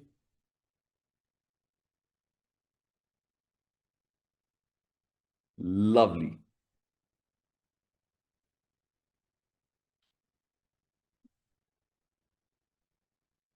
Right. Look at this. All the options that you have. All the options that you have over here. A very powerful tool, an agentic tool. Again, what I would say the equivalent for this is just like Apple is known for its design. I think the kind of design that you can do, the kind of interface and experience that you have over here, the kind of layout it gives, super premium and one of the best tools that I can recommend. And now, as I speak, I can see that Vaibhav or V is back from his break. We ready to take it over? Mm-hmm. Let's go. Awesome. Over to you. Awesome. So, folks, how was that? How was that tool? How was your request on? We are not covering anti gravity today. No, we are not. Awesome. Some people got lost, but that's okay, guys. That's okay. Pick up whatever you can at this point of time. Yeah. Okay. Perfect. Perfect. Perfect. All right, guys. Let's get back, shall we? Let's get back. Yes, in the chat, please, if you want to get back. And I told you something. After I come back, I told you that I'm going to teach you how to build a voice agent. How many of you guys are ready for that? Perfect. Let's get right inside of it. Let's get right inside of it. Okay, let me quickly share my screen. The tool that we're going to use to convert whatever we built into a voice agent is called as Vapi. Okay, it's a very, very cool tool, but a very powerful tool as well. And that is what we're going to use. So once you log in into Vapi, right, this is the UI looking like. It's very similar. Once you have learned gems, Gemini gems or custom GPTs, these are all rags, guys. These are something called as rags, and they all look very similar. Okay. So if I come to assistants, I can simply click on, like create a new assistant right here. And I can call this, let's say, the Outskill AI mentor, right? Use the blank template here and click on create assistant. That's it. I'm already inside of this at this point of time. Again, you can see I have an option to pick up the AI model.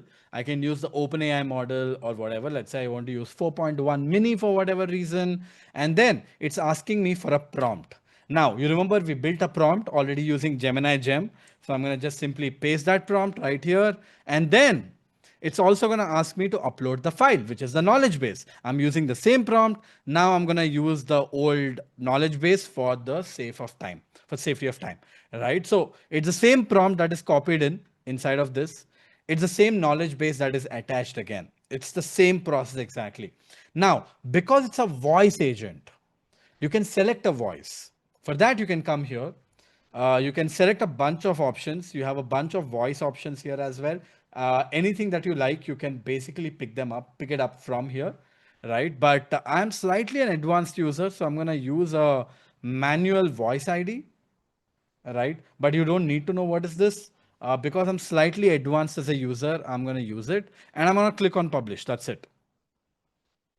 That's it. I click on publish, I click on next, next, next, and publish. So what did I do? I did nothing but basically copy and paste the same prompt, upload the same knowledge base, and select a voice. That's all I did. Okay, now let's get it to spin. I can simply click on talk to assistant right here and let us see what it does. Works 9.5 out of 10 times. Hey there, how's it going?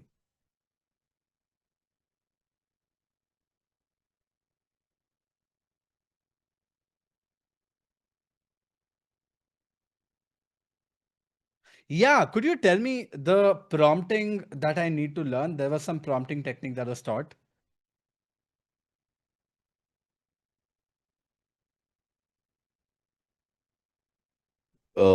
I think you'll have to share the sound. We're not able to listen to the agent.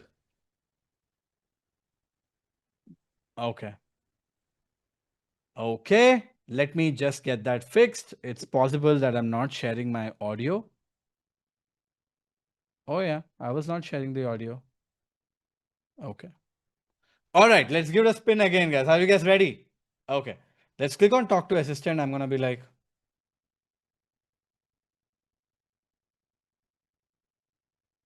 hello. Hey there. How's it going?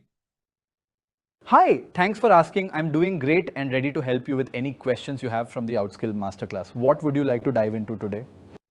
Could you tell me about the prompting structure that was taught?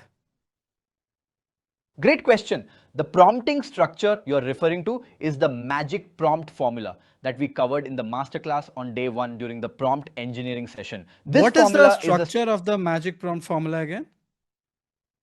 Thanks for asking. I think you meant the magic prompt formula from the prompt engineering session on day one. Let's break it down clearly since this is a foundational technique taught by the mentor.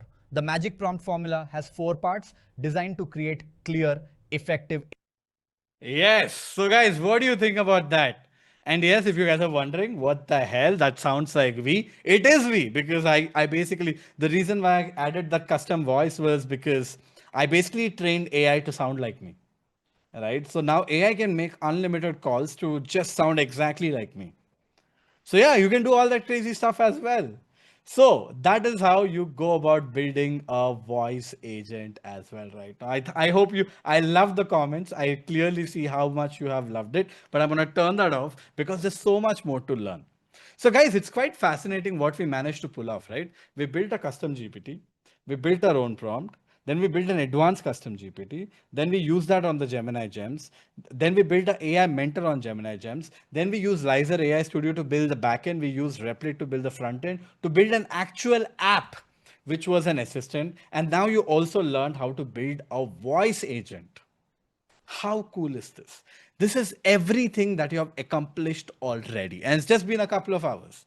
Now, I made a promise that I will not only teach you a voice agent, but I'll also show you a few very interesting things. What I want to show you right now is how I use AI on an everyday level. What do I mean by that? You see, what we have realized is I'm not going to see you tomorrow and I have like an hour with you guys. So I thought I have to do something to make sure your learning continues. Because after the 2 days of mastermind is over, right? You guys are going to move on with your lives. You will realize that AI is very important and it's going to change everything. But your life will happen and you guys will move on. And we don't want that to happen. We want you, we want you guys to continue your learning. And for you guys to continue your learning, we want to give you a roadmap to become a AI generalist. And that is going to be for completely for free. We're going to share a document with you which has a step-by-step detailed roadmap using which you can continue your learning journey after the mastermind is over. Okay. And you're going to get that roadmap end of tomorrow only for people who are on the call. If you're expecting us to email it and all that, we're not going to do it. People who really want it, attend tomorrow's session. We will share the roadmap with you. But in spite of sharing the roadmap, I know for a fact that a lot of you people will not continue learning because you know what? It's not easy. And you guys will not have a direction of the goalpost. So, what I thought is, I'm going to show you a glimpse of how I use AI on a daily level, the kind of workflows that I use, how I operate as an AI generalist. And in this process, I will not hide anything. I will show you the apps that I use, I will show you the workflows that I use, and also you will get a roadmap end of tomorrow so that you can connect everything together. This, I hope, will open your eyes and will help you to become a 100x version of yourself. Are you guys ready for the next 90 minutes? Drop a boom in the chat. Drop a boom in the chat as I take you guys through how what looks like the highest levels of operations when you play with AI. Now, a quick heads up as I do this, and that is few of the things might look a little overwhelming because I cannot teach you everything step by step, because whatever I show you in the next 60 to 90 minutes, and after the 90 minutes you have the day is done, so don't worry about it. So we have last 90 minutes, so don't give up, focus. And if you guys are getting overwhelmed, it's fine. Try to consume, take a back seat, try to consume, get to see what is possible. I will not be able to teach you everything step by step, because if I want to teach you everything step by step, this will take 100 hours, and I don't have 100 hours together. That is exactly why we are giving you the roadmap for free. So consume, get context, understand what your goalpost could be, so that you're excited to continue your journey after the 2 days. Clear? If that's clear, why don't you guys drop in some hearts?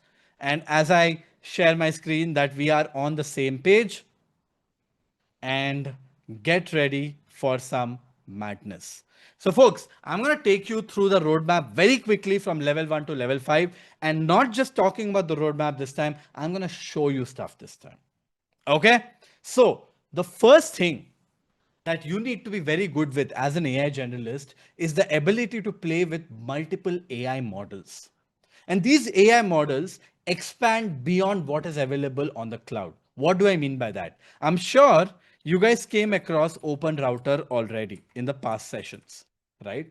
On Open Router, if you go to models, at this point of time on my account, there are 616 AI models.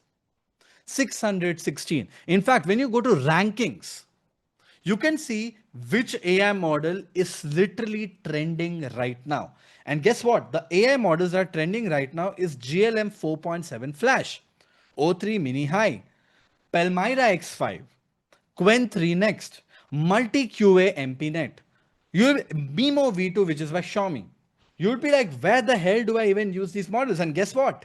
These are the models that are trending at this point of time. How do you use these models? There are 616 AI models out there. These are the ones that are trending, and most of the people are still using ChatGPT. But an AI generalist, someone who solves problems with AI, uses different tools. You know what I do? I actually have the power to use all these AI tools or AI models. And I do that using an app called as Bolt AI. In fact, I was just using it for something else. This is, my friends, called as Bolt AI. Now, what is Bolt AI? This is a app, Windows and a Mac app, where I have the ability to connect to Open Router. Look at this. It is now connected to Open Router. As a result, I have an option to select any of the 600 AI models that are on GLM at this point of time. So instead of just using Chat GPT or something, I could literally use 600 AI models, whichever I want to use right now, I will be able to use at this point of time. Let's say I want to use the Qwen model. Here it comes. Where is Qwen? There it's Qwen. You can see all the Qwen models are right here. I can select the model that I want. Here it comes. And I can ask any question that I want. And it's a Qwen AI model, which is trending right now, will start answering the question. You can see it is thinking right now because it's in the reasoning mode. And here comes the answer. Having the ability to use any kind of AI models, the model that is trending right now is very important. This gives you an edge over everybody else. And that is what I do. But I don't just stop here. As a generalist, right, I want even more control. Sometimes I give a system prompt on how I want it to write, and sometimes I go to even advanced settings. This, my friends, is called as the playground of an AI model. You will get all of this information in the roadmap for free. Okay. But what happens inside of this playground is that you can tweak just like a pilot's cockpit, right? For every AI model. Now, you won't even find this on ChatGPT or on Gemini. This is what advanced users like you should be using. This is what gives you that edge, where I have options of changing, tweaking the advanced settings of an AI model like temperature, max tokens, presence penalty, frequency penalty, top p value, top k value. How much do you want AI to reason? This allows you for you to get outputs like nobody else. This is three steps deeper. When the whole world thinks AI is ChatGPT, you are now sitting being aware that there are 600 AI models. Out of those 600 AI models, what you're seeing is that these are the AI models that are trending right now. And out of all of that, you have the ability to use the AI model that you want inside of Bolt. And not just that, you also have the ability to change the parameters like temperature, max tokens, presence penalty, and everything around it to get even more powerful outputs. This is how I use AI. I don't use AI, basic ChatGPT and Gemini. Now, I have even bigger problems. How many of you guys has ever felt that, hey, I will use one of these AI models and all my information will be used for training. My privacy has gone to dogs. I don't know what will happen with my information. I don't know if I give some important information, let's say about my health or something about my work, it is not safe. So you're finding it hard to trust ChatGPT. Let's say you have some health issue and you don't want to share it with ChatGPT, or you have some, you have some random question, whatever question that is, and you don't want to ask ChatGPT because you're too paranoid that ChatGPT knows me. It knows that it is we who is asking this question. And for whatever reason, if somebody wants to break into it, they can get that information. Privacy is a joke right now, right? And you don't want to trust any of the big boys. And I totally get you. I totally get you. I've been there. You know what I do?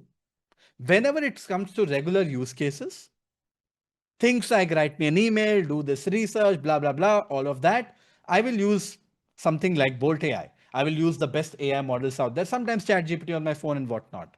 But when it comes to something private, when it comes to something sensitive, when it comes to something that I don't want anyone else in the world to know that I'm having this conversation with an AI, because everybody has their secrets. What do I do? Well, what if I tell you I run my own AI models on my computer? I use a tool called as Olama, which acts like an operating system on top of my computer. And because I've installed Olama on my computer, it allows me to install AI models on my computer, and it doesn't matter what computer you're using, it will work in most of the computers. Okay. Now you'll be wondering, Vaibhav, how does Olama look like? Because I've installed Olama, I've installed a bunch of AI models as well. And I'm going to show you that today. Okay. This is my terminal. I can just type Olama and it gives me a bunch of commands. If I type Olama list, it'll give me the list of AI models that are installed right now on my computer. On my computer, like quite literally right now. You can see this. I have GPT OSS. I have Qwen 3 30 billion model, GPT OSS 20 billion model, Gamma 3, Llama 3.2. I'm running all these AI models literally on my computer, guys. So if I say Olama run Llama 3.2, now it will start using Llama 3.2 model on my computer. I can ask a question. What came first? Chicken or egg? I mean, obviously this is not a very private question, but I'm giving you an example. And you see the output that's coming? That is coming from an AI model that is running on my computer right now. You can see this is my GPU, guys. This is my graphical processing unit. You can see Olama is using 57% of my graphical processing unit. That is, it's literally running this AI model on my computer. Now, what is the advantage of this? You may ask. Well, the advantage is that because this AI is running on my computer, it doesn't need access to the internet. It doesn't share information with anyone else. Whatever I use stays on my computer. My data is mine. My privacy is not breached. No one else in the world can know. And I could just delete the model, and I can just delete Olama and everything vanishes forever. I give a F about my privacy. And whenever something like this comes through, I use Olama to run my own AI models. Does it make sense? Does it make sense, guys? Now, you'll be wondering, are you telling me you're using this terrible looking user interface to use AI? Absolutely not. I was just showing you an example. What I use for this actually is again Bolt. Now that I've installed Olama, instead of open router, right, I can basically select Olama as well. And I can then select any AI model that I already have installed on my computer. And I can ask the same question. And you see this answer that is coming in this beautiful UI? This is an output that is coming from an AI model that is running on my computer. Look at this. Let me regenerate this. All of a sudden, I have a good UI and the AI is running literally on my computer right now. In fact, I could change this and also change the advanced parameters of this as well. This is full control. This is going beyond of what an average Joe does. This is how an AI generalist operates. And this, my friends, is just level one. This is the most basic things that everyone should be aware of. Of course, there's a much more prompting techniques and everything that you should use as well. And by the way, we have condensed all this information in the roadmap that you guys gonna get. If you follow the roadmap, you will be able to accomplish all of this and more, excelling in level one, maybe in 3 months. If you're able to spend 10 hours a week, that's it, 10 to 15 hours a week of self learning by using the roadmap, you will be able to learn all of this in 3 months. Invest that time. This next 1 year, if you want to win in the AI first world, you have to go deep. You have to give yourself up to learn AI and be better than everybody else. And your advantage has just started with this program of 2 days. Continue your advantage after the 2 days of program is over as well. But this is just level one. This is the most basic stuff that I do. What happens next is level two. What do I do in level two? Well, on level two, I end up automating a bunch of things. I use something called as MCP, which is called as a model context protocol. Now, what the hell is model context protocol? Well, model context protocol is basically this incredible technology which allows AI to use any app that you use today to do your work. What do I mean by that? If you ask anyone out there, most of us who's probably working, doing their job or doing their work on the computer, we end up using a lot of apps, a lot of websites. You might be using apps like Excel. You might be using apps like QuickBooks. You might be using apps like Robinhood. You might be using apps like, I don't know, Intuit. You might be using apps like PowerPoint. You might be using apps like Autodesk. I don't know. All of us, or a MailChimp, or an Amplitude, or a Mixpanel, or, our jobs revolves around using apps. That is what we do. We think and we use apps to do our work.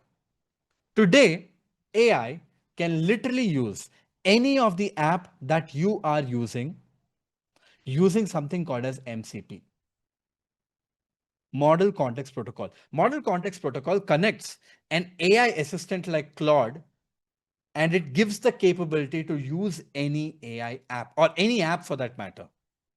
Let me show you an example. It might sound very complex for you to comprehend, all right? So what did I tell you? We basically use the tool like Vapi. I went inside of Vapi to create a voice agent, right? I just taught you how to do that. But you know what? Instead of doing that, I could just use Claude. Here is Claude, my very good friend, which is like ChatGPT. Right? 1 second. Let me make this bigger. I could just simply use Claude. And using MCP, what I've done is I have connected Claude to a bunch of things like Vapi. You can see this Vapi MCP. As a result, because I've connected it to this, I can literally send a line of text, and Claude, using MCP, will be able to build whatever I wanted to build on Vapi. What do I mean by that? Let's say, okay, I'll show you a legit use case, okay? Let's say I want to make a phone call. I'm bloody lazy. I'm extremely lazy when it comes to making phone calls. Let's say I want to invite a PV for a pickleball game after the session is over. And I'm too lazy to call him and tell him and text him. So what do I do? And even if I drop him a text, he might not see it. So I want someone to call him, and I don't have an executive assistant. I use AI as my executive assistant. I can simply paste a prompt like this. I say use WebHub AI assistant on Vapi via MCP to call the person given below and deliver the message. Identify yourself as WebHub's AI executive assistant. Make sure the system prompt is updated. Name of the person calling, PV. You are calling PV. I have to enter his phone number, and let's say I want to deliver the message. Let's play pickleball today after the session is over, and get the new gear as well, and book the court near my place so that we can have a fun game. This is the message I want to deliver, PV. Okay. Now I have to give a phone number of PV. In this case, I don't want to show you the phone number. Let me give one of the numbers that I have on my phone so that I can show you for an example. I just typed out the phone number. Okay. And I don't want you guys to see the number. You can see this. I started to do the request. It is executing it. I know I'm sharing the half screen only right now so that you know that the process has started, right? I don't want to be spammed. There you go. Okay, looks like, what is it saying? Okay, looks like some error is being thrown. So it's just saying, could you restart this? Absolutely, I'm gonna just do a restart. Sometimes it does happen. So let me just see. Sometimes when this error is thrown, right, all I do is turn it off and turn it on. And in 99% of the cases, it just works. If it doesn't work, you just have to restart Claude sometimes, right? I don't want you guys to see the number. Let me click on the send. If not, I'll just close it off and turn it on. Because MCPs, I'll tell you why this happens. MCP usually happens via the desktop code. Okay. And a lot of times, looks like it has worked this time.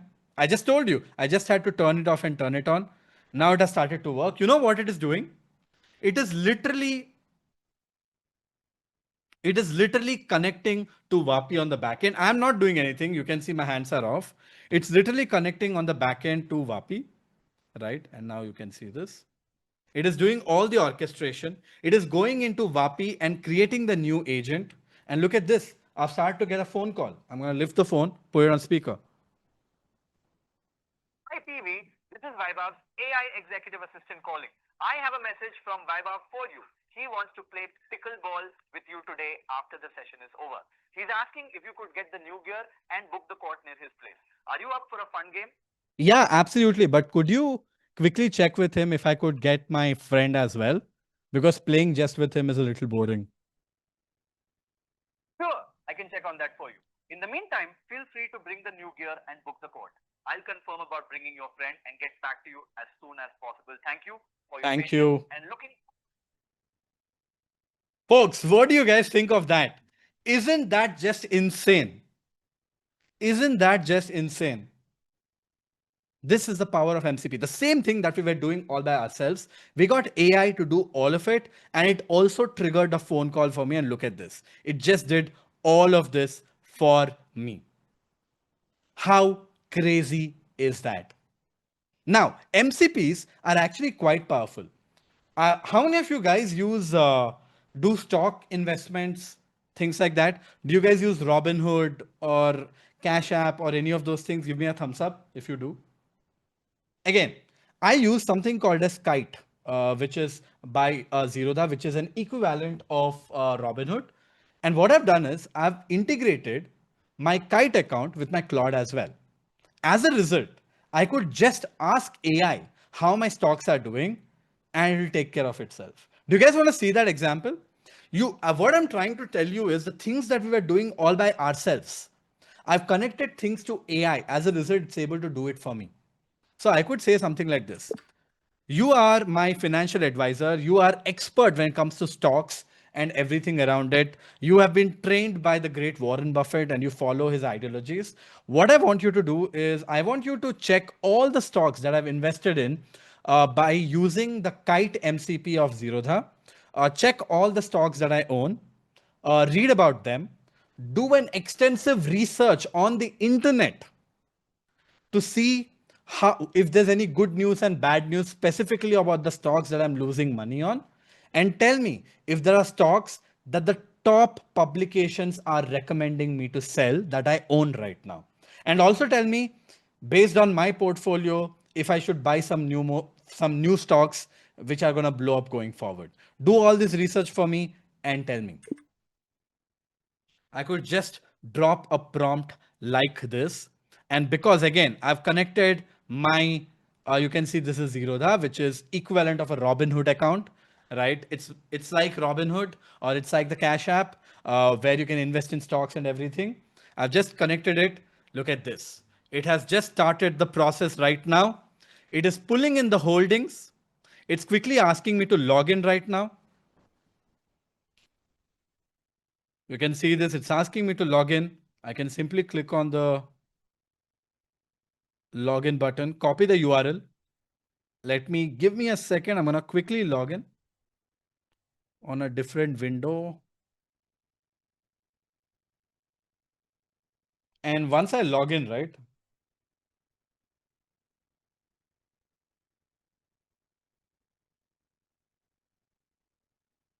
All right. It says error completing. I'm going to say it's done because my browser is saying it's logged in. So I'm going to just see if it's going to move on. But I'll tell you one disadvantage. Look at this. It seems like you didn't register yet and it's trying to log in. Okay, looks like my session has expired. I'm going to quickly give it a shot again. Oh yeah, it has expired. My God. Guys, these apps have so many guardrails.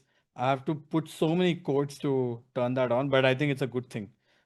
These apps don't want you to lose their money or lose our money also, so it's fine, I guess.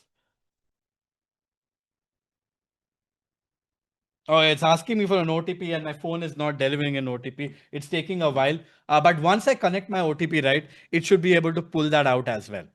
A good example, good idea is what I'm trying to give you. And this is all MCP. By the way, I've connected an equivalent of, you can literally connect your Uber Eats as well and ask it to do a research for the best pizza near your home, and you can do all that good stuff for you as well. You can do so many things with MCP. You can literally connect anything and everything for that matter. In fact, let me show you something else. I think you'll find it quite fancy and quite interesting. Okay. Let's say I show you an even more advanced task, which you would relate to slightly more maybe. Let's say, okay, let me pull this off. Let's say you want to create content on Instagram. Okay. One quick example that I use MCP. In fact, my team uses MCP for quite a lot. Let's say this guy is RPN, whose name is Roboto. He's a very popular AI content creator, and he creates some phenomenal content on his Instagram. Okay. Let's say I want my team to do a digging of his profile, see what kind of content is he creating. If there are content pieces, for example, he has 800K followers on his Instagram, and there are few pieces like this, which has got him 1 million views, which is awesome, right?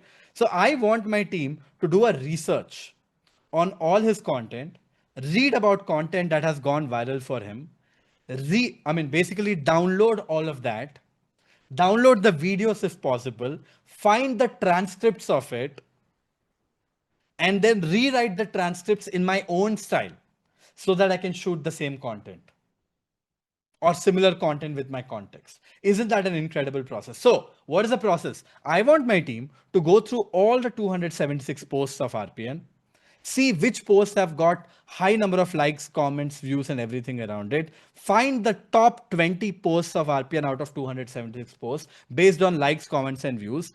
Download the top 20 videos, find the transcript of those top 20 videos, and then rewrite all of that with my own context for a new transcript so that I can shoot that content. Something like this would easily take about 3-4 days, fair to assume, to do it manually. But you know what? With AI, with MCP, I can automate the whole process.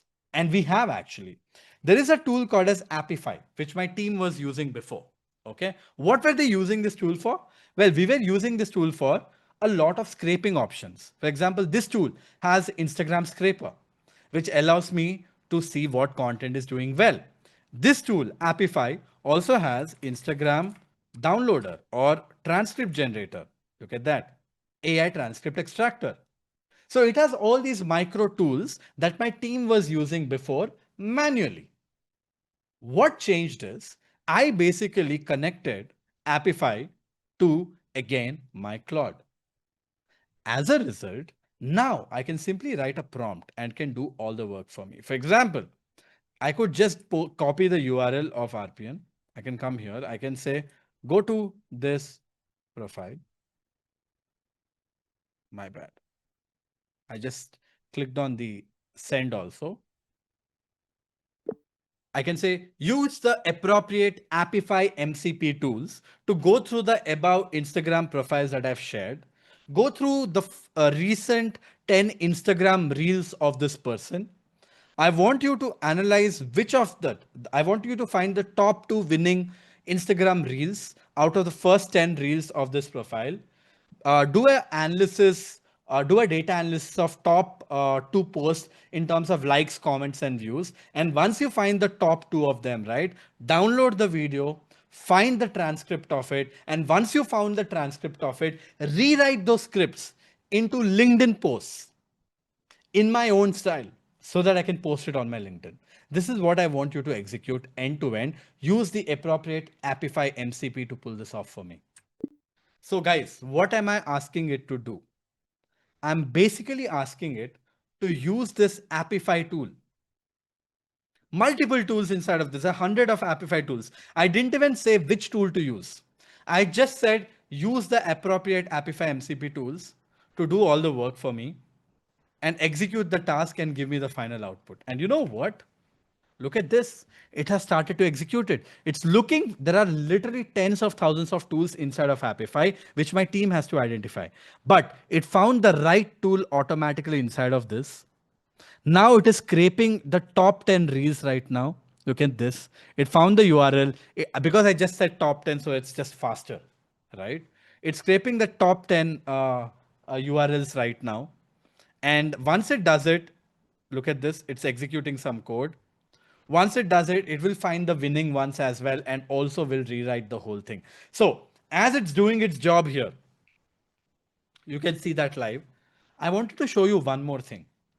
Now, a lot of people might be wondering, this is great if your job is revolving around using different websites, or if it's on an app, then you can use it. But my job has a lot to do using an app on my computer. It's a software installed on my computer. How will AI use that? Well, AI can use that as well. I use a tool called as Goose. As Claude is doing its job here, right? Let me see Goose. This is Goose, guys. It's a different app. And that's the beauty of using AI. I can run multiple tasks parallelly. In fact, in a good day, you will see me running 10 different things parallelly because that's how I use AI, right? I can come to Goose and I'll tell you what is crazy about Goose. The crazy thing about Goose is that it can literally use software or files on your computer to do a job. So I've already set up Goose. I've connected OpenRouter to Goose here. And once you have done that, I have to select the folder that I want it to get access to, right? So I can come to desktop. Let's say there is this folder called as desktop junk. I select that folder. Okay, Goose now has access to a folder on my computer. Okay, and I come here and I give a prompt. I can say something like this. Could you please go through all the files that are in the folder that I've given you access to, which is called desktop junk. There are a lot of unnecessary files on that folder. I want to make about 50 GB of free space. I want you to do a extensive analysis of all the files on that folder and tell me what are the files that I can delete to make up to 50 GB of extra space. Make sure you don't delete any of the files yourself. You just tell me what are the files that I need to delete. Once I confirm, then you can delete them. That's it, guys. That's it. I give a prompt. Goose already has access to my folder, has access to an AI model. It's a free tool completely. It's again working on MCP, right? It will write something called a shell programming to execute the task for me. Looks like Claude gods are not very happy today. It is taking longer than it should. I'm not sure if it's a Appify problem or a Claude problem. What the hell happened just now? Okay. Okay, let's give it a spin again.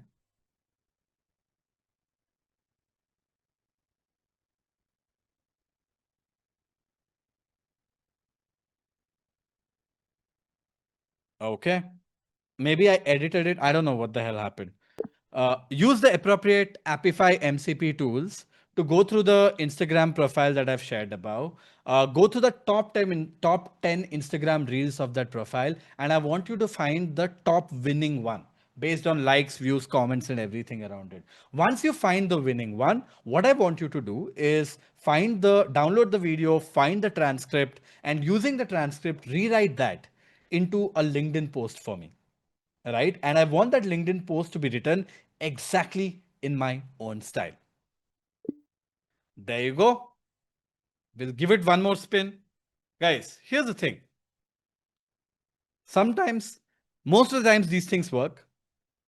But there is this law.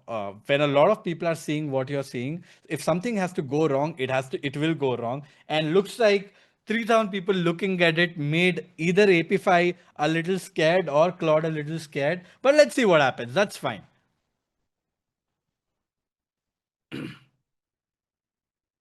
But you can see this, there are two things that are running parallelly. One is that Claude is running a scraping for me to find the winning profile. And two, Goose is writing something called a shell programming.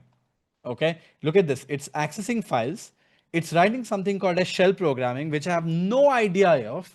It'll execute the whole thing and will literally give me a list of files that it is willing to basically delete. And if I tell it to delete, it's going to delete the files as well. If I tell it to organize the files, it will organize the files for me as well. If I tell it to design a presentation on the PowerPoint software on my computer, it will do that as well. If I tell it to do a research on the internet and put that in a Google Doc, put that in a Word doc, and then format it on a Word doc and convert that into a PowerPoint presentation, it can do that as well. It can do literally anything that you can do today. That is what a tool like Goose can do. And look at this. These are all the large files. It's asking me to delete all of this. And here's the confirmation. And it's asking me to confirm what file should I delete. If I just confirm, it's going to delete all these files for me. That is how this works. This is MCP, guys, and Claude is still working. It is slightly going slower, so I'm going to move it to the corner. Let us see if it works. Maybe something is down. I don't know. Maybe Appify could be down as well. I'm not very sure, but let's see. Let's see what it does, because it's not getting a response from Appify. So there's a very good chance Appify could be slow today, but let us see. Let's give it some time and we're going to move on. But that is level 2. We saw how I automated calls. I directionally told you what you can do with your stocks. You saw how we use Goose to organize things on our computers. And I also showed you, or trying to show you, how to do a lot of process driven work using MCP. And this is just scratching the surface. There is so many things that you can do with MCP that it is not even funny.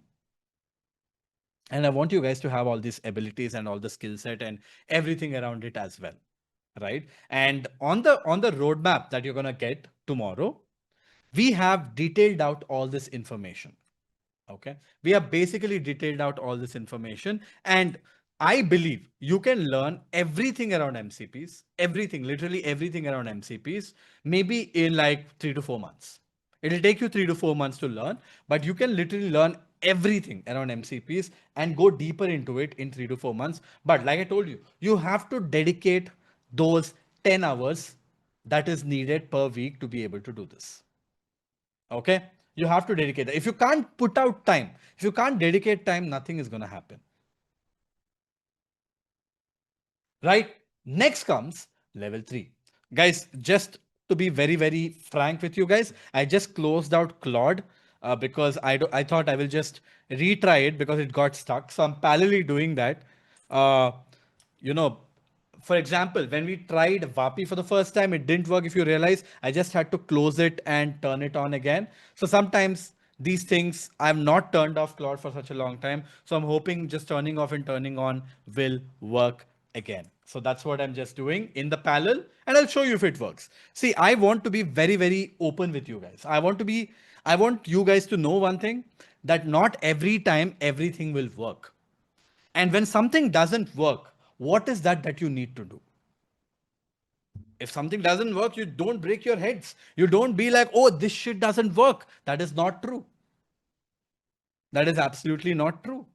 This works and we use it all the time. Just because it didn't work a couple of times doesn't change the fact that it is incredibly powerful and it does work. Right? So I just turned it off and turned it on. Let's see if it works or not. Okay, perfect. Now, coming to level 3. Level 3 is all about diffusion. Level 3 is all about images, videos, and everything around it.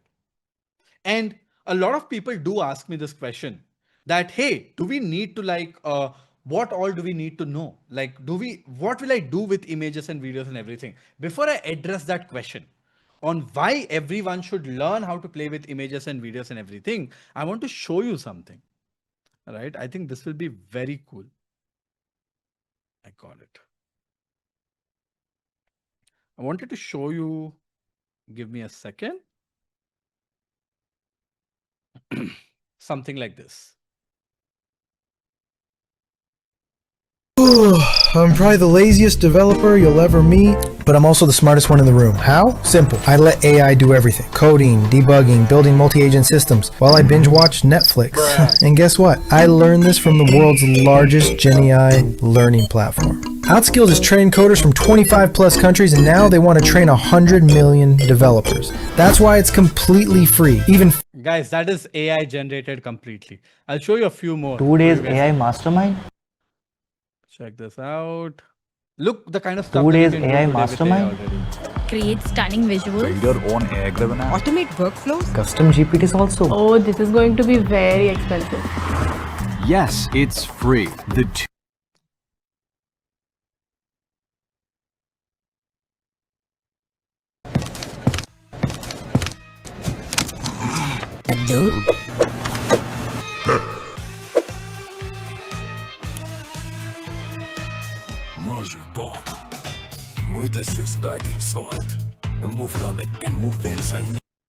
So guys, all of these are fun stuff that we do all using AI, right? You can make these stunning videos, make this super cool stuff, which really, really sticks, right? There. Yes, I'm talking to you. Yes, you. While you're scrolling, the world is changing. Fast. 6 months. That's all the runway you have left before AI makes your job extinct. Look, I'll be honest. This scares the hell out of me too. But running from evolution, that's how species disappear. So I chose to evolve and join Outskill AI Mastery Program. Look at the number of topics.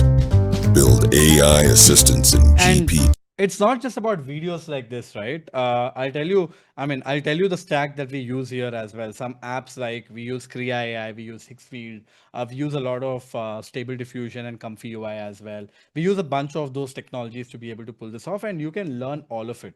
In fact, I wanted to show you something else as well. This is my Instagram, okay? And if you see these images of mine on my thumbnails, you see all these images of mine on these thumbnails. me wearing this blue shirt, me wearing this sunglasses, me looking like a cyborg here, me like holding these two phones. All these images are completely AI generated. They are not me. So what we did is we trained a Comfy UI model with a lot of images of mine. As a result, now I could just tell AI, generate an image of me, uh, looking straight in the camera, wearing a black t-shirt, or with a chip on my head, or me pointing the finger up, or me wearing a hoodie with a computer on, and it just works flawlessly. All these images are completely AI generated. How crazy is that? In fact, I don't know how many of you guys do follow me on my Instagram. If you guys want to keep leveling up on AI, I will strongly recommend you to watch it because Actually I reach the create point where content like AI generated videos are 100% realistic and cinematic. And my job is to help you create better videos and keep you updated. So let's jump right in. Inside Higgsfield.ai, go to image and select Cinema Studio. And first of all, I love the control you get here. You can choose your camera body, your lens, and even the focal length to get that. So I create a lot of AI content, guys, like this on AI apps, on AI tools, on AI updates, on future tech and whatnot, right? Mark Zuckerberg panicked so hard that he tried to buy a company with 0 products for $32 billion. When that failed, he literally tried to steal their CEO. That's not. Sam Altman just beat Sam Altman. Oh, I mean, GPT 5.2 just released and it's only beating GPT 5.1 model. I tested it with Gemini 3 Pro and the results are obvious. Let's dive in. So folks, you can see all these, right? All this content that I've been creating. This is all on AI. I create updates on AI updates, AI, AI tools and stuff like that on Instagram.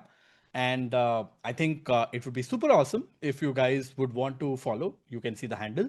And if you want to stay on top of AI, this is perfect for you guys, right? I'll ask my team to share the Instagram URL as well so you can follow in later. But there's a reason why I was showing you all of this. What if I told you every single video that you saw so far is completely AI generated? I was not in any of the videos. If you see this person, this is not me. This is my AI clone, by the way. I have not shot this video. And not just that, the voice that With you Gemini hear, 3 Pro and the results are obvious. Let's dive in. ChatGPT 5.2 isn't just another model drop. It crushes Excel data. that voice also is not mine. That is completely AI generated.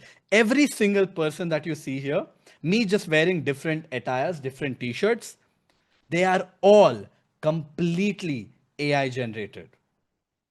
I have not shot a single video in the last 1.5 years. And you know what? I've gone from 150,000 followers to becoming the most followed AI creator of the world on Instagram with 1.4 million followers. All content. The script is done by AI. The audio is generated using AI. This person is not me either. It's my AI clone. Only the editing today is done by a human being. And on top that, to top that, you can see this is an ad. Brands pay me $15,000 to $30,000 per video. And I've made over $200,000 in the last 1 year by doing brand sponsorships. And those brand sponsorships are actually, it's quite a lot more than that right now. But the brand sponsorships are also shot by AI.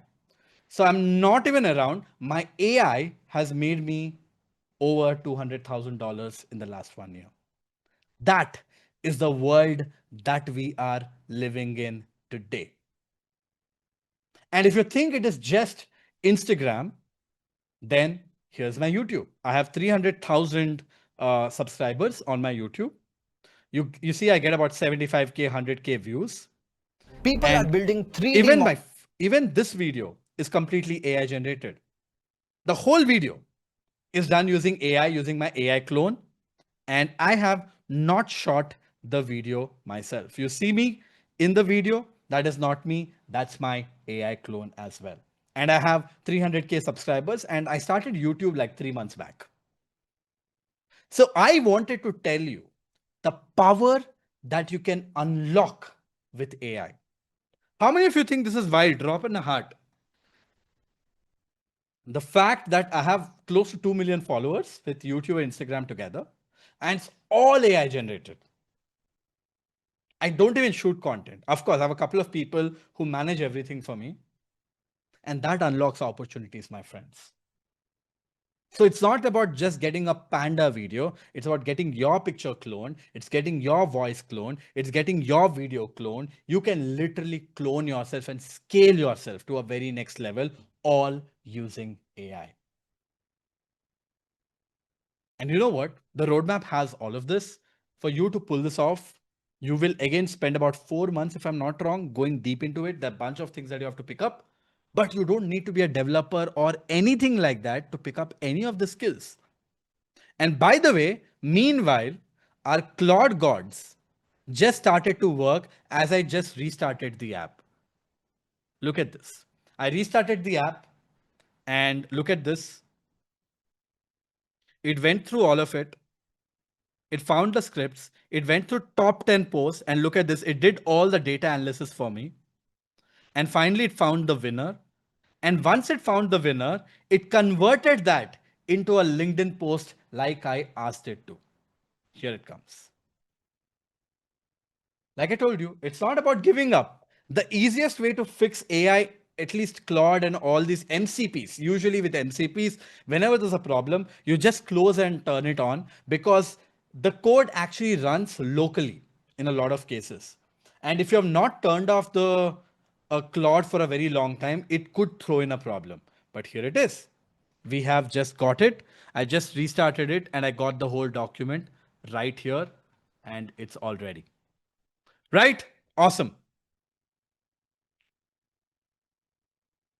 So folks, I hope this is helping you guys to think more and you're building ambitious goals back of your head on what you guys want to accomplish going forward as well, right? That is level 3.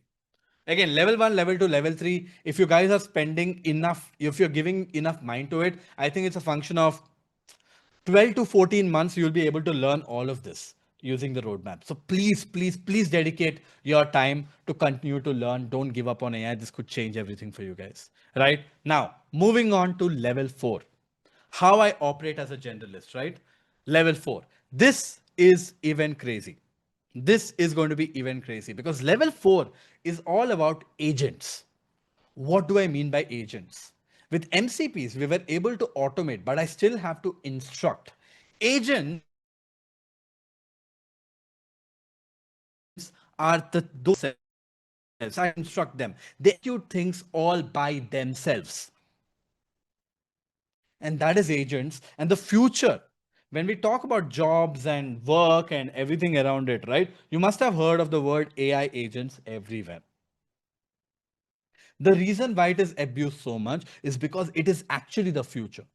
McKinsey recently put a report that about, we are heading towards a world where almost 50% of the employees for McKinsey are going to be AI agents. So agents are those which are replacing humans. And you need to be in a position to be able to not just how to use agents, but actually build agents. And building agents is not a software engineering task. Building agents is something anybody can do. In fact, I want to show you an agent. Okay. But before I do that, I don't want you guys to read the communication with my agent before, because that is private information. So just give me a second. I wanted to just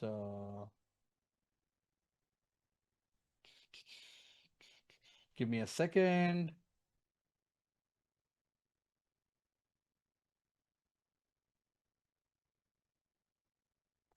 Okay, so guys, I'll give you context. Okay, anyways, never mind. I'm going to show you this any which ways. Okay, I'll give you context. Okay, the context is I basically use so I wanted to get a executive assistant because a lot of people did recommend me that I should get an executive assistant because executive assistant, eases up time for a founder. And as a founder, I want to be there in every single meeting out there, try to do more with my time. And a lot of friends of mine who run billion-dollar companies recommended me that I should hire an executive assistant. Sadly, long story short, when I started to look for one, the ones that I really liked were out of budget for me. And the ones that were fitting into my budget were not people who I liked. It's a classic problem, right? And my team, this was good 1 year back. Okay, this is not even new. My team was like, why don't we build a AI assistant, AI executive assistant? And that is what is called as Jerry. You can see I keep talking to it quite a lot. And I was like, that is why I don't want you guys actually. Give me a second. I don't want you guys to see our conversation. So I'm just gonna add a bunch of dots so that I can move up. Okay, here it comes. So this is Jerry, guys. This is Jerry, my executive assistant. It can do a lot of crazy things. I keep talking to it. I'll tell you, it can send emails on my behalf. It can block calendars on my behalf, right? Can do a bunch of things for me. You can see because I added a lot of dots. It's like, what the hell happened to you? And it just replied me to all of these messages. But again, let's say simple thing, right? Write an email to Priyatam in my team, asking him to prepare the MIS by end of tomorrow. Let's say if I want to send a task like this is it, guys. This is all I say. Just like a human assistant, I will just say, hey, I want you to send an email to Priyatam in my team, ask him to prepare an MIS by end of tomorrow. Now, when you see this, right, you might be like, dude, like this is not a simple task. Because if you think about it, I didn't give Priyatam's email ID. So it has to figure out Priyatam's email ID all by itself. I didn't say what to send exactly. I just sent a line saying write an email to Priyatam, and that's pretty much it, is what I told. I did tell it what the email should be, obviously, that is MIS, and that's all I said. That is it. So I didn't give a lot of context to it. And it has to figure out, by the way, it just sent the email. I'll show you this. Look at this. MIS preparation due tomorrow, sent 0 minutes ago. This is my time zone, which is 2:50 a.m. Right. Hi, Priyatam. I hope this finds you well. Could you please share the MIS report? I would really appreciate it. Please let me know if you need any clarification. Thanks for your attention to this matter. It almost sounded like Trump towards the end. Thanks for your attention to this matter. But you get the point, right? And look at this. Email sent successfully. We reached out to Priyatam. I'm going to delete this message because there's PI inside of it. And it just worked out. Right? In the same way, I could do a lot of things. Let's say I'll open my calendar. Let's say I want to block calendar with Priyatam on March 10th. Okay. So I can say something like this. Can you please block a meeting with Priyatam on March 10, 2026, correct? This is 2026. Okay, huh? It just gets confusing, man. At 7 p.m. with title MIS review. Okay, I could say something like this, and you can see I have the calendar open at this point of time. This is March 10. Nothing exists right now. And I'm just showing you the power of this, right? This is Jerry. And this unlocks me like crazy, guys. I can just say that, hey, do this task for me on this website and it'll execute that as well, right? And it's just absolutely wild on what it can do. Got it. I'm working on blocking that meeting. It says, give me a moment to schedule it. So it's not finished yet. It's working on it. And I can see this. Look at this. It just showed up. It just showed up. It sent an email to it. It blocked Priyatam's calendar as well, and it just worked out of the box. And it's just is not it, right? It can do a lot of crazy things. For example, one of the most useful things for me when it comes to something like this is especially tasks. What do I mean by that? So let's say I was not able to attend a meeting. Okay, I was not able to attend a meeting, and I want. And my AI actually attends meetings on my behalf. So what I've done is I've connected something called as Fireflies AI. Okay. And on Fireflies AI, basically is an AI agent that attends meetings on my behalf. So even if I don't attend the meeting, if someone has blocked my calendar, my AI agent attends meetings and takes notes, because my business works 24/7 and I can't be aware of every meeting. But I have this FOMO, that something will happen in that meeting that I'm not aware of. So I send my AI agent to attend the meeting. Now, once I send my AI agent to attend every single meeting of mine, it can attend 10 meetings parallelly. I want to know what happened. As a result, I could simply ask questions to Jerry. So I could say, hey, could you check what happened in the last engineering stand-up because I could not attend it. So give me a download of what happened in the last engineering stand-up meeting. That's it. Guys, let me be frank. The last engineering stand-up meeting was that's back, right? I believe I've attended all the engineering stand-ups that have happened unless I missed something. And it's a very powerful task. I'm not saying tell me what happened in a specific meeting. I'm telling a very vague statement. I'm saying tell me what happened in the engineering stand-up that I did not attend. So it has to look for engineering stand-ups. It has to see which one did I attend, which one I did not attend. Find the latest one and send the note of the one that I did not attend. It's not such a simple task. But usually, this is my most commonly asked question. And you know what? It does it really, really well. It takes some time. It does take some time because it has to do a lot of complex tasks for it to eventually pull this off. But as it does this, look at this, got it. Let me dig into the last engineering stand-up. I will pull all the details. As it does this task for us, I wanted to show you one more insane capability of Jerry. Look at this. I found the engineering stand-up meeting from Jan 23rd, and I'm processing all the details for you right now. It'll take a couple of minutes for it to get everything organized in a clear format. I was wrong. Okay. Any which ways. I hope my team is not upset with me. But any which ways, as it does the job, I wanted to show you something else. This is the extended capabilities of Jerry. Okay. Now let it do its job. Let's say I want a task to be done.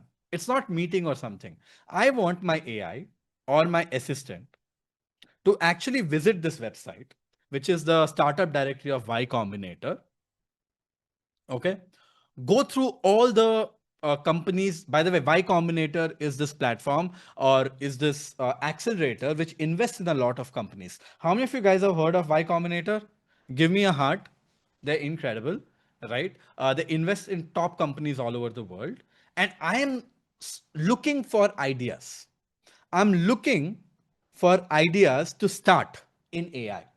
And Y Combinator is usually a great place because I could see what are the companies that they've invested in the last 1 year, read about them, and take inspiration to start something similar. Because Y Combinator has very high odds of success. But I don't have the patience to read about 563 companies. So what do I want? I want my executive assistant to do my job. But you know what? By the way, guys, here is everything that happened in the meeting. Look at this. A full breakdown of everything that happened in the meeting is what Jerry just gave me. I don't want you guys to have the ability to read what is happening in my stand-ups for obvious reasons, but I wanted to quickly show you what it is capable of. And that is Jerry. By the way, that Jerry was built without writing a single line of code. The whole app, the whole Jerry was built inside of my Slack using tools like n8n, Zapier, and Make. And you don't need to know how to write a single line of code for any of this. And that is how we built it. Now, this is something else that I'm talking about. So far, Jerry did email, Jerry booked calendars, Jerry told me what happened in the meeting and all that good stuff, which is very useful, right? I wanted to build a few more capabilities of Jerry. What is that? I wanted Jerry to do a little more work. That is, I wanted it to do work on a computer as well. So I built Jerry using a computer. This is Jerry again. This is Jerry using computer. And I could literally say something like this. I could take the URL of this, give the URL, and I can say, hey, Jerry, could you please go through the website that I've just shared above?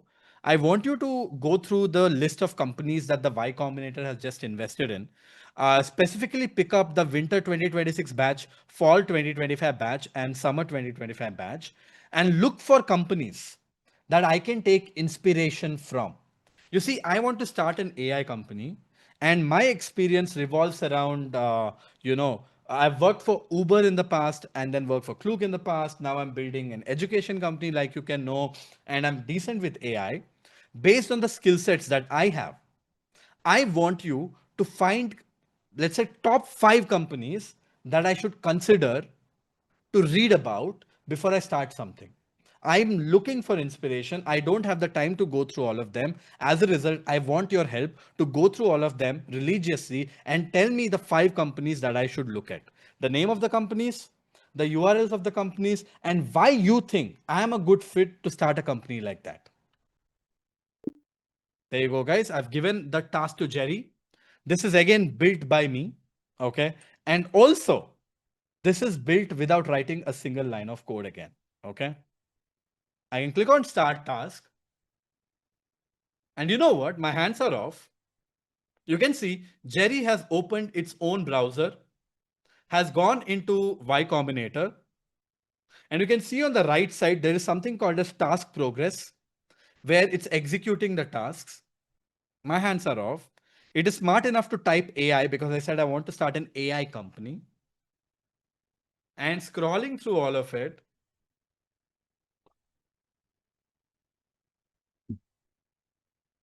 you can see there is something called as a progress bar right here, which is showing progress. It has done 6 different steps already right now. It's basically using a computer on my behalf to do a job that I wanted to do. It's as simple as that. This, my friends, is called as Jerry using computer. And it's going to do all the tasks. You can see it has done 9 steps in total.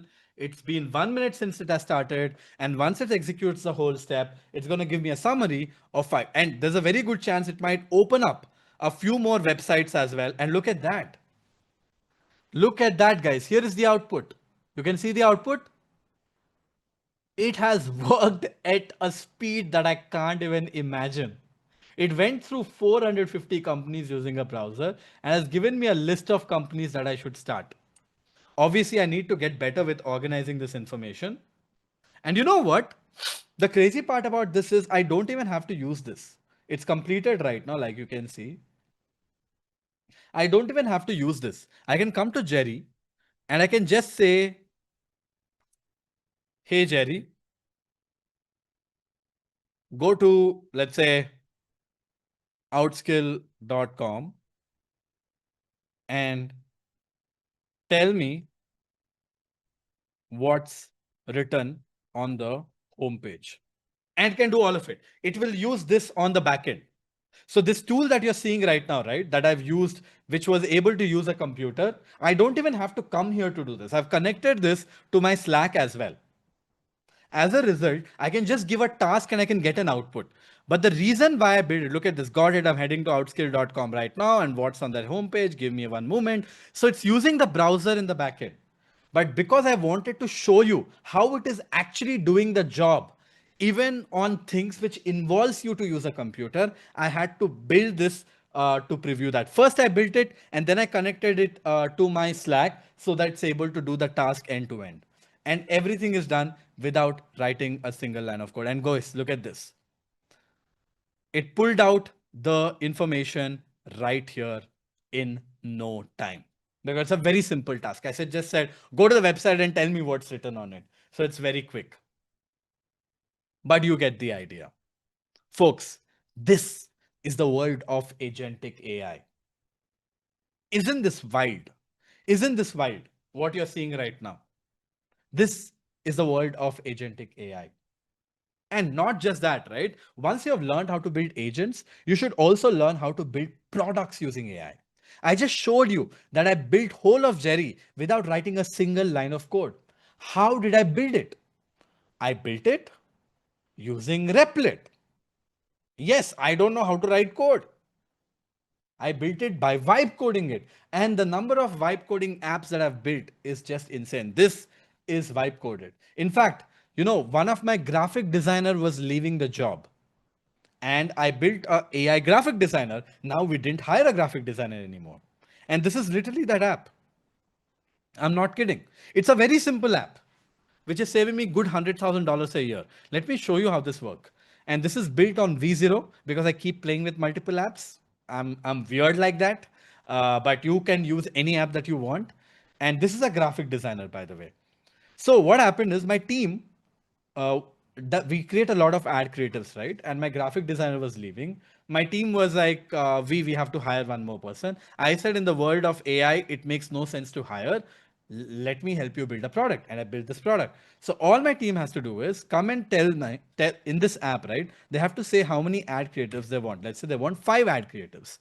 Once they have done that, they have to explain what the ad creative is going to be. I just put some information here for faster time. Once that is done, they click on generate premium creatives. Now here is where the smart thing is what we have done. If I use API to generate ad creatives, it's going to be very expensive. As a result, I started to generate prompts for them. Look at this. This app generated technical prompts, which I can copy paste inside of ChatGPT or Gemini to generate this creative so that I don't have to pay per image. If I use API, I have to pay about 30 cents to 40 cents per image. But if I'm using ChatGPT, if I'm paying $20 subscription or whatever, I don't need to pay more. So I built an app where my team can where this product can generate the prompts, and my team can simply copy this prompt and paste it inside of ChatGPT. For example, I just got this. I go to ChatGPT and I paste this prompt and it will generate the image. But you know what? My team has a bunch of really lazy people. They were like, it's too much work to even copy and paste it inside of ChatGPT. Can we hire a designer? I said, screw you guys. And I built a new option called as open all tabs. Now what my team can do is look what happens on the top. I click on one button, open all tabs. Look at this, guys. 5 tabs of ChatGPT automatically opened up. And not just that, it just copy and pasted the prompt all by itself. 5 prompts are copy pasted all by itself so that my lazy team doesn't have to open the window 5 times and paste it. In fact, I'm using a different browser called as Comet. If you're using Chrome, it will automatically send the prompt as well. And my team can literally generate hundreds of ad creatives on the go. Literally hundreds of ad creatives on the go for free using ChatGPT. And look at this.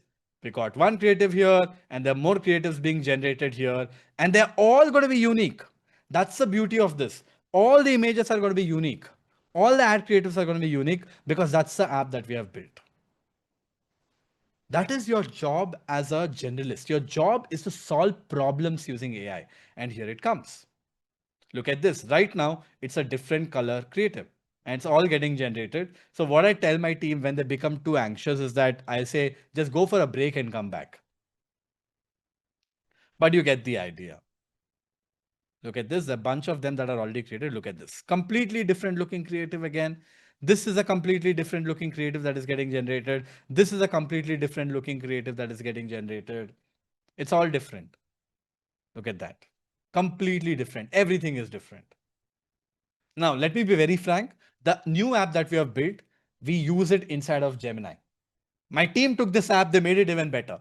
Now, I should have shown you guys that app. It's even better. All right. But because everybody in my company are very, very AI savvy. In fact, I'll show you one more app that I built. This is called the acceptance tracker, by the way. We needed a CRM for our business. HubSpot quoted us $120,000 a year. That's 10K a month. I used Replit to build our own CRM. It took me 2 days. I'll be very frank.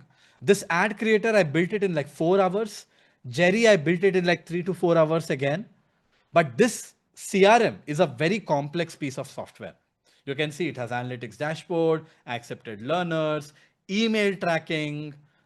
You can add learners. I can bulk upload learners. I can manage programs and cohorts. It has integration with WhatsApp, payment gateways, OpenAI, and everything around it.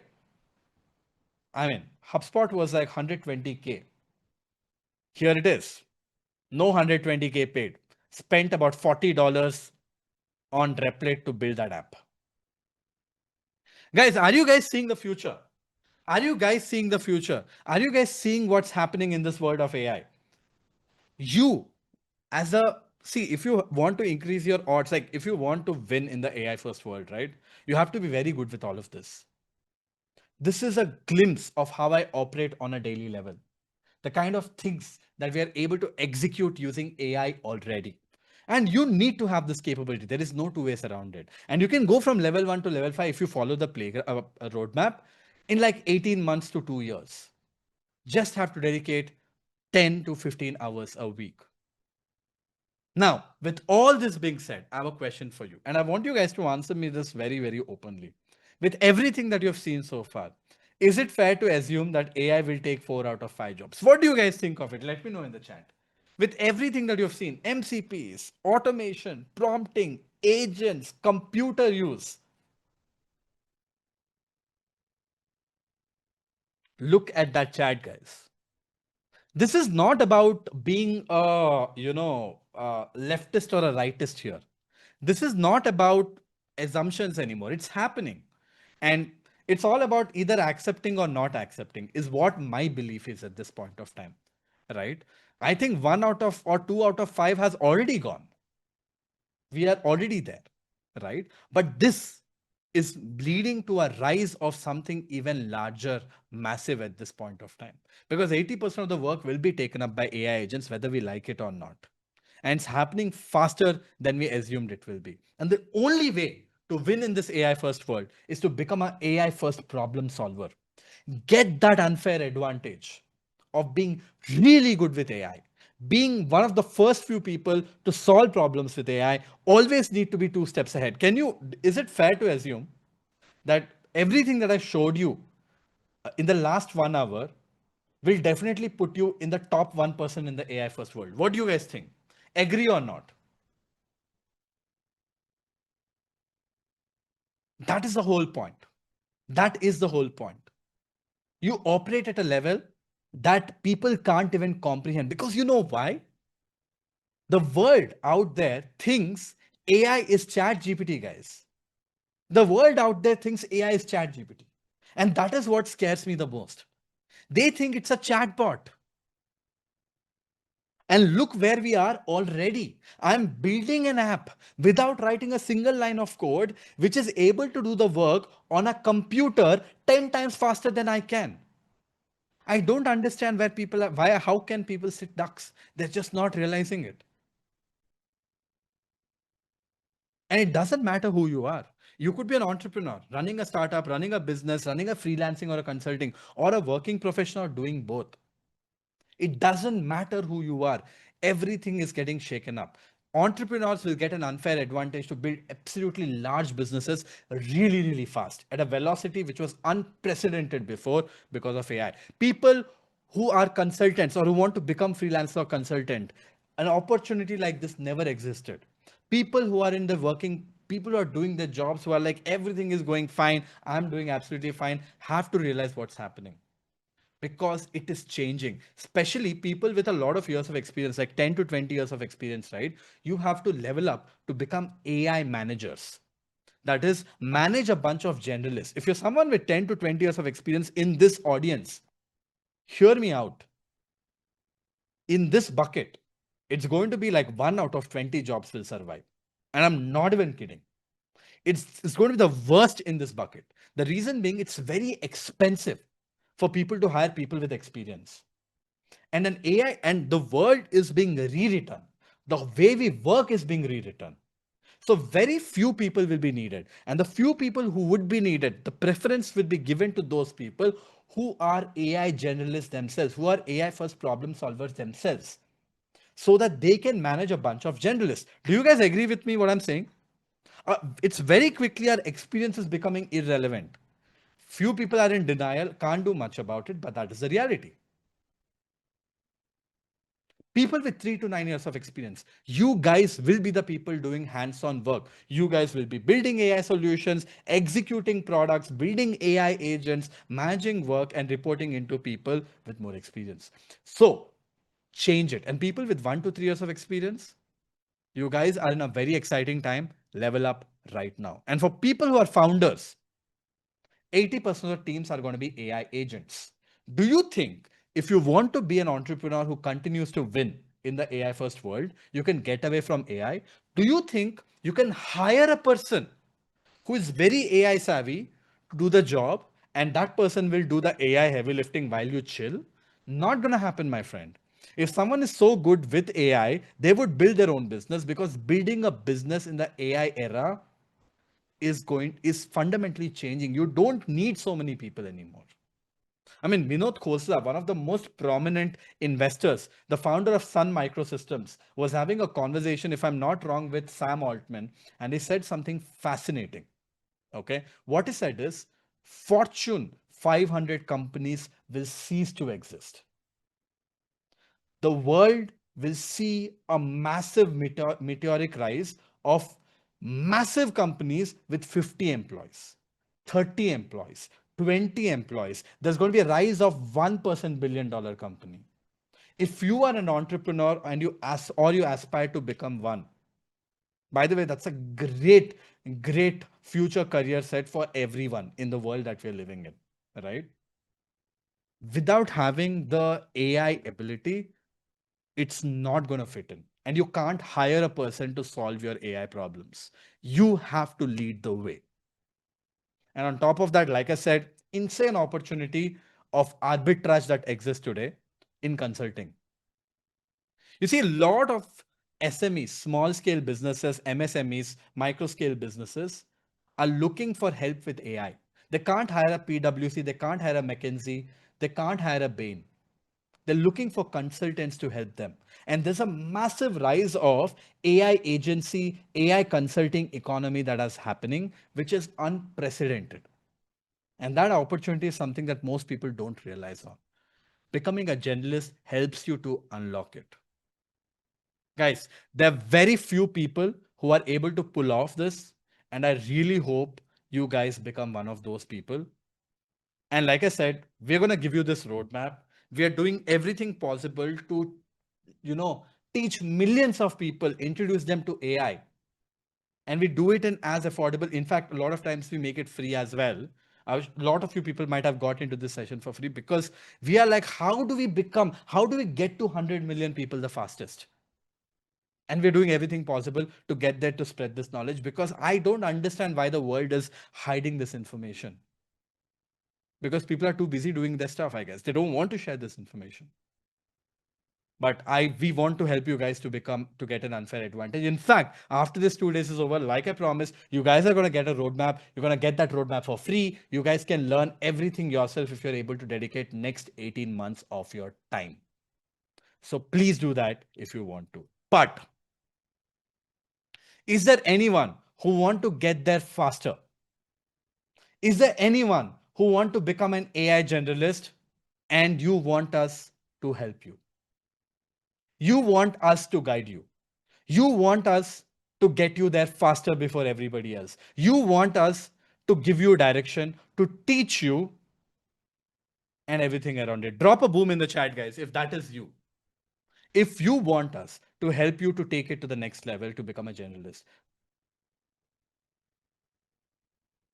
For all the people who are dropping in the booms in the chat, who want us to help you guys out, well, I wanted to give you an option. We'll give you the roadmap for free end of tomorrow, any which ways. Right? That is completely free. But for a few people who are interested, you can stay back for the next 15 minutes, because I'm going to talk about a program. And I want to be very clear. It's a paid program. You have to pay money for it, right? And I'm going to talk about a program right now, which we have built. It's the best in the world without a doubt. It's not for everyone. I'll be very frank about it as well. You would only know once you hear about it, but you would not have seen anything like this anywhere in the world. and I want to talk about it for the next 15 minutes. In fact, I'm going to share a surprise, a bonus for people as well towards the end, which will almost make you feel that how the hell is this even possible? If you guys are interested, you can stay back for the next 15 minutes to hear about it. If you guys are not interested, because I'm going to talk about a paid program, if you guys are not interested, you can happily drop off. The learnings are done for today. You can come back tomorrow, same time, to continue your learnings. All right. For people who want to know about it, because I won't be there tomorrow, I quickly wanted to talk about this incredible program. Do I have your permission? Do I have your 15-minute permission? Give me a heart very quickly. And for people who are not keen, feel free to drop off from this call. Come back tomorrow. Continue your learning. It continues to be free. All right. Loving the hearts out there. Thank you so much for your permission, guys. And super excited to introduce you to the AI Generalist Accelerator Program. Yes, it's the AI Generalist Accelerator Program. Why is it called the Accelerator Program? Because it is a very fast-paced, high-impact program designed to help you to become a full-stack AI generalist in the fastest time possible. It doesn't matter who you are. It doesn't matter what you do. It doesn't matter where you're coming from. It doesn't matter if you know how to code, how to not write to code. If you are one of those people who want to win in the world of AI, who want to thrive in the AI first world, who want to continue your learning after this 2 days is over, and you want a direction and want to learn from the best people in the world, this is it. Consider yourself very lucky to be even listening to this. Here's a complete structure of the AI Accelerator Program. It's unlike anything anywhere, and you will know why. Because this program has 6 different parts. The part 1 and part 2 of it is 14 days, 14 days of live sessions. Something that's going to take you 18 months at least to learn yourself. We called it an accelerator for a reason. We want you guys to dedicate 14 days because we believe the faster you get there, the higher will be your leverage to win. As a result, we condensed all that information into a 14 days of live program from Monday to Sunday and then Monday to Sunday and ends with a banger of a hackathon. It's 100 plus hours of live training over a weekday. It'll happen post business hours, and on a weekend, they're going to be full days. I'm going to talk more about it very, very soon. And not just this, right? Not just this live training and a build-a-thon that happens after 14 days, where you build things and you compete with people from more than 50 different countries. You will know what I'm talking about very soon. We also give you access to our AI content library, a bunch of recorded courses, which we are not able to cover in the 14 days, so that you have access to it for the course of 1 year and you continue to learn. We realized for you to win in the AI first world, just learning AI is not good enough. We realized that you need to have very strong business skills as well. And most of the people who have even done MBAs and whatnot, right? The world order of businesses has fundamentally changed. As a result, we partnered with Cairo School of Business to get their content library, and you guys get access to the content library, which is recorded content for 1 year as a part of this program as well. And we don't stop there. Like I said, it's not just about learning. You learned AI, you're going deep into it, you learned foundations of modern business skills as well, but we also want you to convert what you've learned into monetization. As a result, we built a monetization library as well, which is completely recorded, which you will get access for 1 full year. And I'll go deep into each one of them, guys. Don't worry about it. And finally, we realized the biggest problem with AI is that things go outdated very, very quickly. How do we make sure we keep our few pro learners on the top no matter what? So, next 1 year, you will have a live session. After the 14 days of this madness is over, you will have a live session where every single week our mentors would come and teach you everything that happened in the world of AI that week. Are you able to understand the power of this? It's our job to keep you updated on AI for 1 full year. These are the 6 parts of the program, guys. Now, I'll quickly go deep into each one of them. I know it's only 15 minutes. I've already taken 4 minutes of your time, right? So I'll go deep into each one of them before I unveil the surprise, which is going to be mind blowing. I promise you, right? Now, what are the dates? I told you it starts with 14 days of live sessions, right? Here are the dates. You have 2 options, one happening in February, like you can see, and one happening in March. So you have both these options. You can pick any of the options that work for you. For whatever reason, let's say you're not available in Feb, you're not available in March, you're probably available in April. No problemo. You can take the March option and we will move you to the April as well. We allow one moment for free. Now, coming to the timings. These are the 2 slots that are coming up, and that's why we mentioned them here. Coming to the timings. The timings from Monday to Friday is 10 a.m. to 1:30 p.m. Eastern Standard Time. You can translate this to your time zone because I understand people from 30 different or 40 different countries have joined in today. You can translate that to your time zone. 10 a.m. to 1:30 p.m. Eastern Standard Zone on Monday to Friday. But on Saturdays and Sundays, it's full day. It's 10 a.m. to 7 p.m. Eastern Standard Time. And sadly, we don't have any other timings that works. This is a global cohort. People from, last cohort had 64 countries, people from 64 countries. So this is a time zone that is optimized for it to work for everyone because we can't do it per country and per time zone. It's not possible for us. Right? And we also are building a global community, which I'm going to talk about. And we want everyone from different parts of the world to learn together. This doesn't happen anywhere. It's happening here because AI is democratic. Right? And I'm sorry if these timings don't work. These are the only options that we have. Finally, if you miss out on any of the sessions, of course, you will get recordings of everything. Right? So this is the first 14 days of training. Like I said, this is just the 14 days of training, which is live. And of course, like I said, if these 2 dates don't work, that is the Feb and March, you can always defer it to the next slot. That's not a problem, which will happen we have one happening every 40 days, right? You can move it to the next one as well. Now, what will you learn in those 14 days? On day 1, you will learn everything about prompting, how to run local models using tools like Ollama. We'll also teach you how to build apps on a local model running locally on your computer without writing a single line of code. You will learn how to use 600 plus AI models. You will run multiple prompting techniques. You'll basically learn everything that I showed you today on level 1. You will learn everything here on just a single day.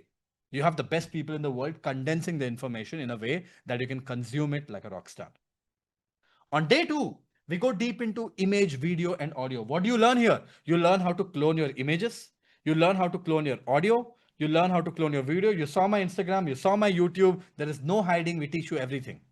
In fact, we also teach you how to build those fancy videos that you saw of the goose coming and not the goose, like the bear coming and talking, the gorilla coming and talking, the ads that we made.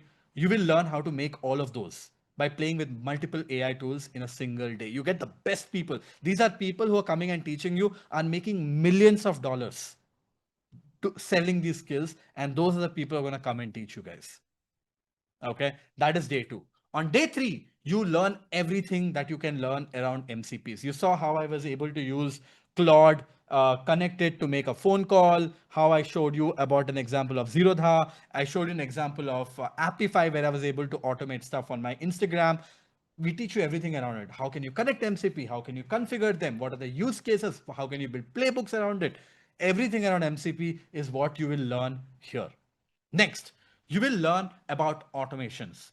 I didn't introduce you to the concept of automation, but today you saw I showed you Jerry, which is on my Slack, and I told you it's built on a tool called as NA10 and a bunch of other tools. NA10 is a very complicated software, but it's not rocket science. You don't need to be an engineer for it. As a result, we decided to dedicate 2 days for this. On this day, you learn foundations of agent automations, where you learn foundations of NA10, what is trigger, what is actions, and all that good stuff. And basic automations is what you build on day 4. On day 5, we teach you how to build a full-fledged voice agent, something that can make calls and can take calls and can have very, very complex conversation. It's a beautiful class where you will not just learn how to build agents, but you learn the way around voice as well. Very powerful way to learn, a very powerful thing to learn, and that is what we cover on day 5. Now, this is Monday to Friday. On day 6, it's a full day. This is the day where you build your Jerry. We teach you the agentic frameworks in the morning, and the evening is where you build your first AI employee. Jerry is my agent name, but you can call it whatever you want in your case. And that is what you will learn on day 6. And on day 7, it's dedicated for you to learn how to build products using AI. You saw how I built that graphic designer. You saw how I built that CRM.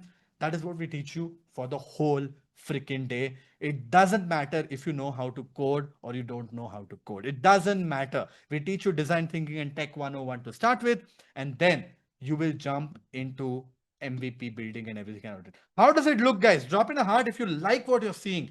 There's a reason why I was so confident to say nothing like this exists. Awesome. Now, this is the 7 days of learning. You use the next, I told you it's 14 days, right? First 7 days, we go very deep into learning. The next 14 days, you go very deep into building, because we don't want you guys to sit and learn only. We want you to execute. We believe in execution. We believe in proof of work. So everything that you learn the first 7 days, we sit with you on a one-to-many setup and help you execute all of this in the next 7 days. So 7 days of learning, 7 days of building. In 14 days, you practically have built a bunch of projects using AI. And like I told you, we end the whole thing with a build-a-thon, which happens for 48 hours, where you compete with people to win prizes as well. It's so much fun. I can't even tell you, right? It happens all the time and people absolutely love it.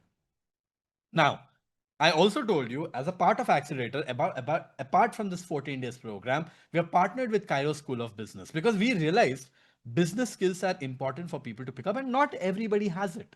And we want to help people out who doesn't. So because of this partnership with Cairo School of Business, you get access to a bunch of courses which are completely recorded by the CXOs of top companies like Uber, Airbnb, and whatnot. You learn first principle thinking, design thinking, problem solving, product sense, consulting, UI, UX, finance, and whatnot. And this is completely async, recorded, so you can do it at your own pace. That is Cairo School of Business partnership. And I told you, in 14 days, it's not possible for me to teach you everything, for us to teach you everything. As a result, we're giving you a content library where you get access to deep understanding of AI tools and AI workflows.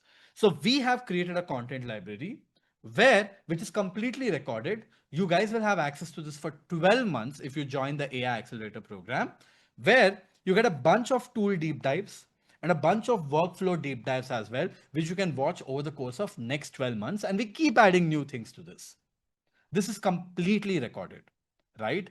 And on top of that, like I told you, we give you a bunch of courses on monetization as well, because it's not just about learning. It's not just about doing. It's about translating this into a career as well, right? As a result, we teach you courses on organic sales, using LinkedIn the right way, and automation and cold emailing using AI, management consulting so that you can consult properly, and of course, foundations of Meta and Google Ads as well. Completely recorded, watch it at your own pace and execute it, but completely proven. And finally, like I told you, usually people absolutely love this, and that is for the next 54 weeks, one live session every single week to keep you on top of all the AI updates that's happening. But for all the people who stuck till here, I told you there's a huge surprise. Are you guys ready for the huge surprise? So folks, here's the thing. We realized that for you guys to operate at highest efficiency, for you guys to become top accelerators, top AI generalists, it's not just about learning. It's not just about building. You need access to the right AI tools. And these AI tools come at a cost. As a result, we reached out to bunch of these AI companies. A few of them are my friends because I have, a few friends in AI circle, right? And I convinced them, in a few cases, paid them money, actually in a few, not more than few, right? So that you don't have to pay for a bunch of really important AI tools. Everyone who joins the AI Accelerator program will get access to vouchers to access to these tools. Are you guys ready for this? If you guys like what you're saying, and I'm going to run very fast, keep dropping in hearts. Everyone who joins the AI Accelerator program today only will get 1 year access to Emily. You're going to get vouchers for everything. It's going to be your own personal account. You apply this promo code, which is given by the company, and you unlock 1 year access to Emily, which is priced at $228. You saw Emily today morning, I'm assuming. It's a Chrome extension, does incredible stuff. That's Emily. But not just that. You guys get 1 year access to Super Grow as well, which is priced at $360. Again, the same voucher. And Super Grow is probably the best tool when it comes to LinkedIn distribution. Everyone should be focusing on LinkedIn distribution. It's a gold mine, and you need the right AI tools for that. And you guys get 1 year pro access using the voucher that we will give you. Not just that, you will get 1 year pro access to Humanic AI as well. The same tool. Again, when it comes to distribution, it's not just about LinkedIn. Translating that traffic into emails and building a newsletter is the holy grail of it. Owning distribution is very, very important when you're trying to monetize. For that, you need a great email tool. We got you Humanic, the best AI email marketing software there is, priced at $240, but you don't pay anything for it because the voucher that you'll get will unlock 1 year access for free for you. Not just that, you guys get 6 months access to Firefly's AI as well. The AI agent costs about $100. The AI agent that attends meetings on my behalf, the same AI agent that's connected to my Jerry, where I'm able to get notes of everything else as well. Here you get unlock 6 months access to this. And we didn't stop here. You get 1 year access to Fort AI as well for all your image needs. You want to generate a creative, you want to generate an image, you want to do anything around it. Fort AI is the gold standard when it comes to image generation. And you guys get 1 year access to Fort AI, the voucher, which unlocks 1 year access to Fort AI, priced at about $120 for free when you join the program today. We didn't stop there. You also get 1 year access to Chronicle, the same tool that PV showed you today, which builds stunning presentations using AI. You get the pro access unlocked with the voucher that we will share. It's priced at $180 for 1 year. You get it. Happy? Want more? Okay, I'll give you more. You get 1 year access to Happenstance AI as well, the tool that allows you to search through distribution of your other people. You can connect your LinkedIn, you can connect your Gmail. I'm sure you were taught this incredible tool. It's priced at close to $300. You get it for free. You also get lifetime access of BYOK, bring your own key model of Get Multi. So you can compare multiple AI models at one and don't have to rely on ChatGPT or Gemini only. This is lifetime access of BYOK version, that is bring your own key. You can put your own open router key and boom, you get multi for life for free. Not 1 year, for life. Now, moving on. Few more. I have few more for you. You get 1 year access to Lizer AI, the same platform that I used to build the agent today after Gemini Gems and ChatGPT. But I want you guys the ability to build a lot of AI agents. For this, you need great platforms. As a result, here you have Lizer. And of course, you'll learn all these tools in the accelerator as well. Not just that. You guys will get 1 year access to Whisper Flow as well, which is priced at $180 when you build annually. The same tool which converts voice to text. It is the most addictive tool for me. I've been using it left, right, and center. In fact, I've forgotten how to type after this tool. You guys get it for 1 year for free. Again, I've been managed to do we have managed to do a lot of hard work to make sure this happens, guys. You guys will also get 1 year access to Super Join AI worth $300. Again, the Super app on your Google Sheet, on your Excel, so that if you don't know your formulas, that's fine. AI knows it and AI will take care of it. And not just that, you guys will get 1 year access to HeyGen. What is HeyGen? Well, HeyGen is the same platform that I use to clone my video. We didn't teach you this tool yet. We're going to teach you this in Accelerator. Without this tool, I could not have created content on my Instagram. I could not have created content on YouTube. This is a tool which I use to clone myself. It's a paid tool. You get it for 1 year at $288. You get a voucher. And you join that, get that for free. You also $100 credits of Vapi AI. Yes, the same voice agent. You get $500 credits, so you can make hundreds of minutes of calls for free. You also get 1 year access to Pro access of Perplexity, billed at $240, guys. This will also help you to get the Pro access of the Comet browser, which is an AI agent as well.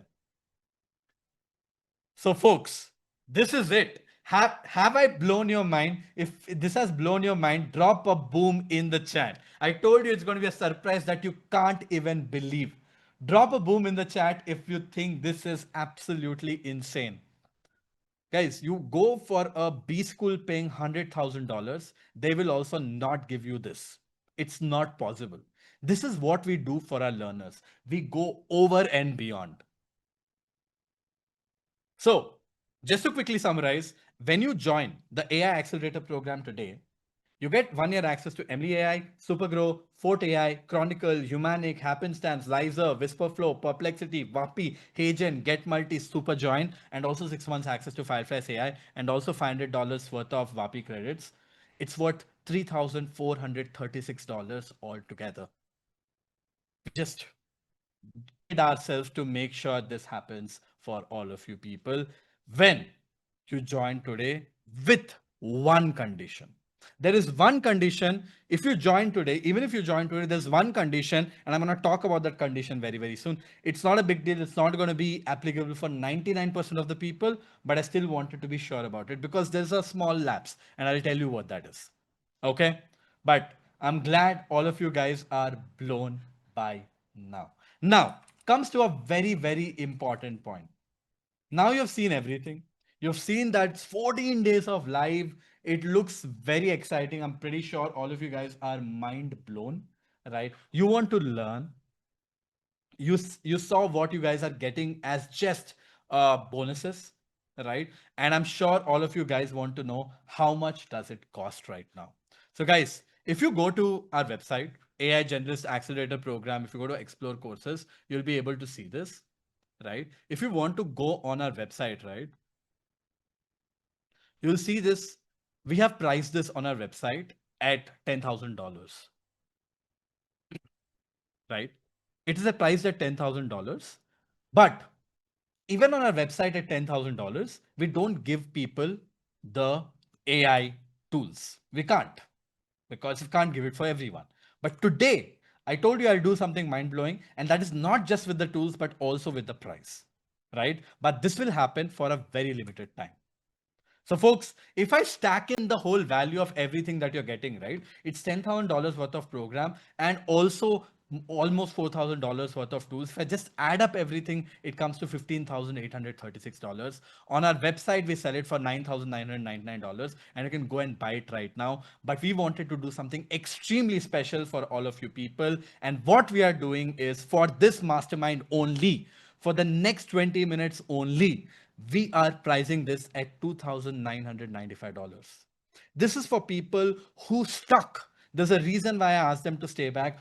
I asked people to drop off, and I wanted people to drop off because we wanted to do something extremely special and wanted to see, we wanted to only have people who have the grit, who really wanted to stay back, because this is a very special offer. We're pricing that at $2,995. And not just that, when you join this program for $2,995, you basically are getting vouchers of AI tools. which would have otherwise costed you about $4,000 anyways. That is why we said it's going to be mind freaking blowing. And not just that, we totally understand you might not have $2,995 handy at this point of time. As a result, if you guys are keen, because we only run this for 20 minutes, and there's a reason, you know this by now, why it's 20 minutes, because it's a flash deal that we wanted to run for limited time, right? You can block your seat by paying $295 also. So either you can pay the full price or you can block the seat by paying $295 also and pay the remaining amount over the course of the next 7 days. You remember I spoke about a condition? The condition is that, right? You have to, if you're joining the program today by paying $295, you have to pay the remaining amount in the next 7 days. You can see the date on the screen. You have to pay the amount in the next 7 days. Only then we will be able to give you access to the bonus tools. That's the condition that I made. And I'll tell you the rationale behind it. A lot of these tools, a lot of these partnerships, a lot of these codes get exhausted and we can't commit beyond a point of time. As a result, we hold you guys, you can only hold us accountable over the course of next 7 days. So if you're paying before this date, if you're paying $295 to block your seat, you have to pay the remaining amount before this date. If you're not able to pay before this date and you're paying, let's say later, you'll still get access to the program and everything else. But we will not be able to give you access to the tools. That is what I wanted to clarify. If you want access to the tools, this is all the tools that I'm talking about. You have to make the payment, remaining amount in the next 7 days if you're blocking the seat right now by paying $295 right now. And of course, once you make the full payment, my team will help you with a bunch of things by getting you onboarded and everything around it. So here's a quick summary, guys. In fact, I'll tell you, you have 14 days of live session. You have a buildathon. You have Kairos Business Fellowship recorded library. You have AI content library. You have AI monetization library. You have 1 year of live sessions where we keep you updated on everything that's happening in the world of AI. And of course, AI tools, which is coming in form of vouchers worth $3,436, all worth about $15,000. We're doing that for $2,995, and you can block your seat by paying $295 as well. And quickly, before we share the payment links, I wanted to show you the dates as well. You have 2 options. You can see those options right on the screen, the timings and everything around it. With that being said, team, why don't we drop the links and turn on our 20 so that people can take action if they are keen to join in. There you go, guys. My team has just dropped the link. If you go to that link, right, if you click on that link, this is what will open up. You have the dates right here. You can pick up whichever dates you want. Let's say I want to pick up this date and I want to make the full payment. I can just click on this button. You will be redirected to this beautiful UI. You enter your details and you're good to go, right? You make the payment. We use Stripe and explain the backend. You can make the payment and you will be good to go. So these are both the options that you have. You can pick it up from here and get going, folks. So you have, like I told you, you will have 20 minutes. I'm going to put on that timer as well so that we hold ourselves accountable, right? And once this timer is done, we're going to wrap this up. Now, because I know you guys will have a few questions, I will start taking questions of yours also very, very soon. But I just wanted to quickly remind you that these are the 2 dates that you have to pick. Whichever works for you. This is for the 14 days of live sessions because it's a very important thing. And of course, recordings are available for everything. But for whatever reason you can't attend, try to attend as much as possible is my request to all of you people. And if these 2 options don't work for you, you can still take the second option, let's say the March option.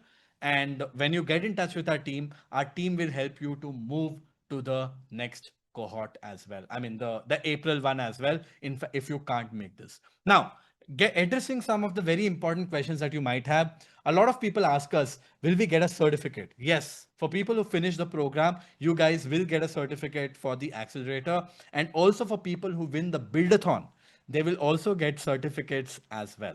So yes, that is covered. Don't worry about it. 2.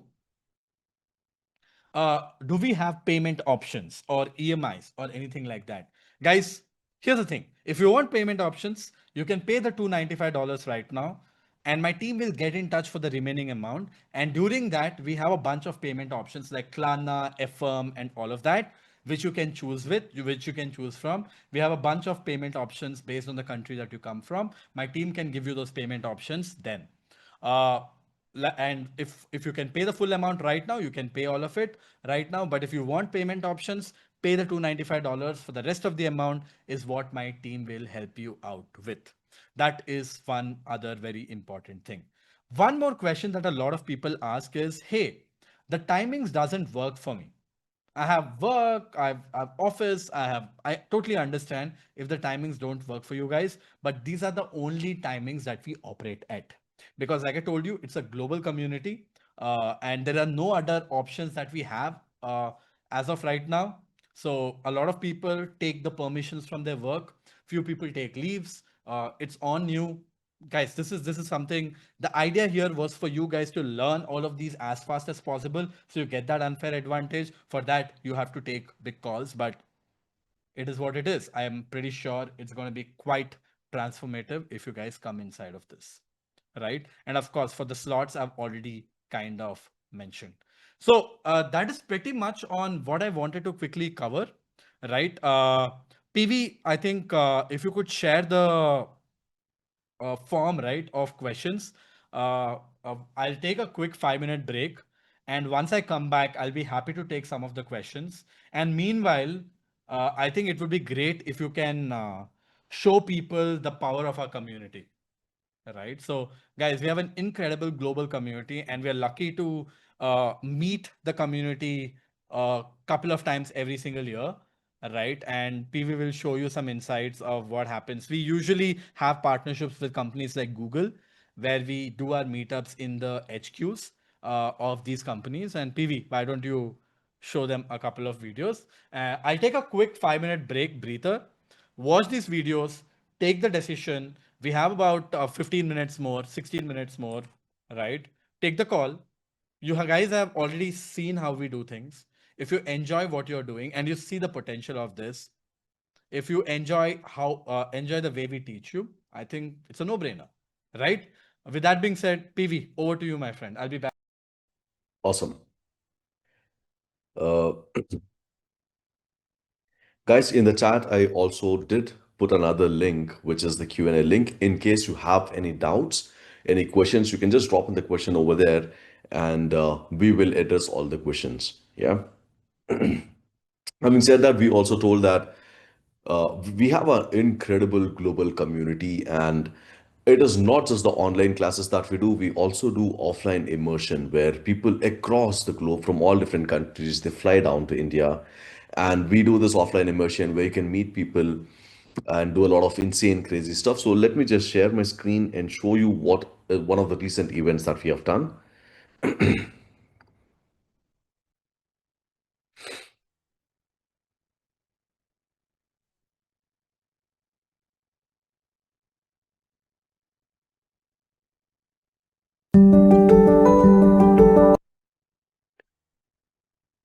I hope my screen is visible and you guys can listen to me as well. Is the audio clear?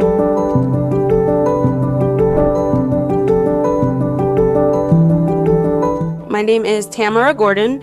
I'm from Atlanta, Georgia, a customer success manager. It was very rewarding, and I'm now going to be in an AI role because I made this choice 9 months ago. This was going to be the future, and I'm glad that I did. It felt that they cared about us and that they really wanted us to succeed. Hi, my name is Parimala. I live in the United States, clinical healthcare transformation leader. What Outskill had shown as a curriculum resonated so well with me, and I thought, why not I invest 6 months of my life into this? This was the key to the lock that I was looking for. Brilliant decision, one of the best investments that I have made. I've been a VP of marketing in a startup for 18 years. I'm an early adopter of AI. Then this mastermind, the free mastermind session was offered by Vaibhav. And then I went there and then he said, I'm going to launch a program. Then I subscribed. And I was able to build a ChatGPT in a weekend. I was like, okay, this is cool. And then throughout the whole entire 6 months, when I started to build other things, like I'm not a developer. I don't have a computer science degree. And here I am able to build things. And so I think for me, that unlocked it. I can walk and have a conversation with anyone, whether it's an organization or at a summit or a conference, about AI without looking like an idiot. Yeah, my name is Athena McKay. I run a nonprofit organization called Flint Innovator Solution. This last 6 months have been incredible, very exciting. Every week was something new. And I was like, oh my God, I can't get behind because something else is coming. I would tell them to get a seatbelt and get ready to go for a ride of their life. I'm from France. I'm an executive advisor and a startup co-founder. I was looking for a program that would help me really accelerate in AI. So I've been looking all around on the internet. I came to a CrossPath with Outscale. It really adds value. It's very practical. You get hands-on experience on what you have to do, which helps you really become relevant, in particular when you operate in spaces like mine. So my name is Pilar Lasati. I am Chief Marketing Officer of Dale Group, which is a global advertising agency. I'm actually from Spain. So I took that course, and in between, it got switched to the fellowship, and I was blown away by it. I was totally pumped. I said, like, I gotta really do this course. It's been tremendous, and this is just the beginning. I'm taking our ad agency actually 100% AI. My name is Richard Kolesar. I'm from Slovakia. I'm a founder of Businessway and Apex AI. I took part of more masterminds, and I was excited what I discovered there, and I wanted to know more. The doors for me for many, many different use cases and clients. That I just wanted to learn a little more about what is AI. It's a new thing that's coming in. I just wanted to know what it is. And so once I started learning about it, I did quit my job. Now I got to find my own gig to do whatever it is. So wonderful, mentors, I would say, and their office staff, really helpful, extremely helpful. And it's been a fruitful journey for me so far. I'm Sai Sankara. I'm a technologist. I've worked in various domains, architecture, software automation. I did a trial, a weekend course, and that really piqued my interest, and applying that on various areas of my work, the community work I do, it would attract huge interest, and Outscale has a huge advantage there. So I see that's a good value add as well. Hi, I'm Paulmi Chatterjee. I'm from Mumbai. I am a product manager and now moved into consulting role. I was pivoting from a product manager in marketing setup. Didn't have much knowledge on the data science and the AI part of it, where everyone is very tool specific, but we kind of understood the context. Since I did this course or fellowship, I was the one who can lead the team. First of all, my name is Syed Hassan. I'm a civil engineer by discipline, a project management professional. I'm based in Dubai. The main reason why I took up with Outscale is to learn. It's only due to the community I can say the learning was important. It was a very interactive, collaborative community. Co-learners, it's also the mentors, the Outscale staff. If there are any technical issues with the LMS, you approach them, answers are there. Oh, the community was really brilliant. It started from step 1 till I cracked a lot of interviews, and then I got into a role where I'm using AI in healthcare space, in drug repurposing, in drug management, and in general life science end-to-end setup. And I'm mentoring quite a few people. From the content I learned here, the content I learned offline. By the way, I do mentor part-time with the accelerator course. So the impact is there. The fellowship has allowed me to really accelerate on all the different program and projects that I wanted to bring to life. On my career, I've been nominated in Germany via LinkedIn for an AI Power Award as a maker and shaper. I already recommended it to some friends. You asked me about if a friend reached out. Like if a friend reached out, they might ask like, oh, where did you learn your thing? And I'm like, I go to outscale.com, find the link, and I just send it off to them. Extraordinary, brilliant. I would say 9.8, 9.9. A 9 to 10. I would say it is 8 to 9. I think a full rating 9 to 10. Well, I would just have to say boom. Boom. Okay. Boom.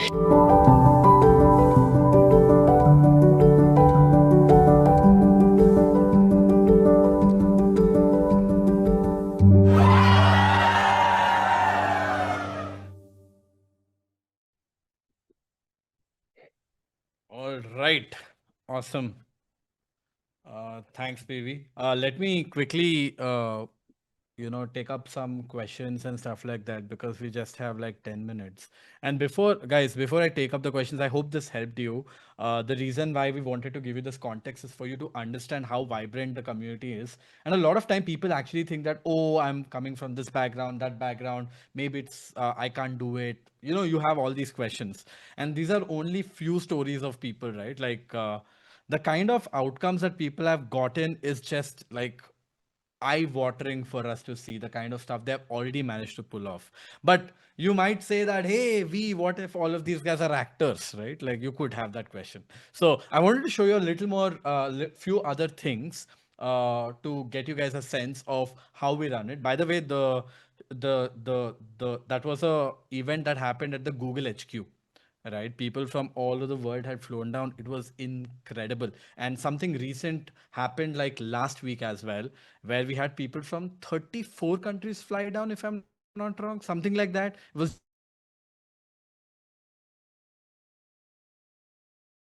easy, very good call within the time. And I want to show you whatever I can before I start taking the questions. Guys, this is the standard of the program. This is my internal Slack, by the way. Okay. This is the group which has the AI accelerator. You can see there's 68 people working just to deliver the program. So you can just imagine how hard it is. Few people might have the question saying it's expensive. There's a reason why it's expensive, because it's almost impossible to run a cohort like this. It's that hard. But I wanted to show you a few things in this process, right? I want to show you how good this program is. Right. This is my internal Slack of the last cohort that happened in Jan 13th, which we call the C7. You can see this is day one. You'll be able to see the day one. The day one average rating was 4.64 out of 5. 4.64 out of 5. Imagine this rate. This is the average CSAT of education doesn't even cross a 4. We are at 4.64. This is day one, guys. All right. And we go quite deep, actually. You can see how many people have rated it less than 3 on day one. 7 people. And we want to know why they have rated less. This is internal communication. We want to make sure that we're giving the best experience to all the people. So we go deep into it, understand what the problem is so that we can fix it going forward for that cohort only. Right? This is day 2 right now. We landed at 4.5. You can see this. If I go on, this again, the breakdown of day 2, that is internal.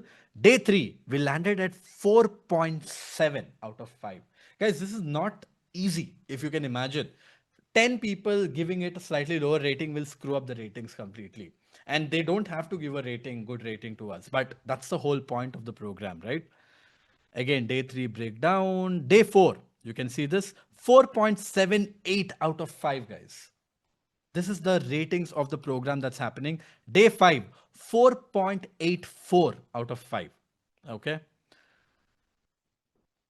Day 6, 4.85 out of 5. I mean, I can keep going. 4.77 out of 5. I can keep going. Look at this day. This is day 6. I told you, people love voice agents. Absolutely get their minds blown. Look at that rating. 4.94 out of 5. There were literally like no people who have literally given rating of less than 3, because we improved. We tried to understand what the audience want and we improved within the cohort as well.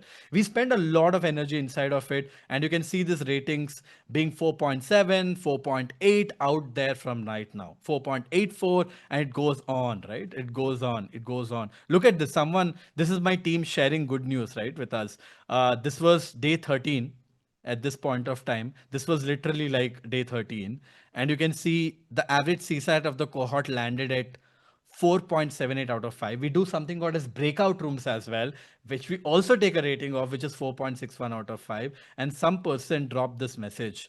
And this is what my team has shared.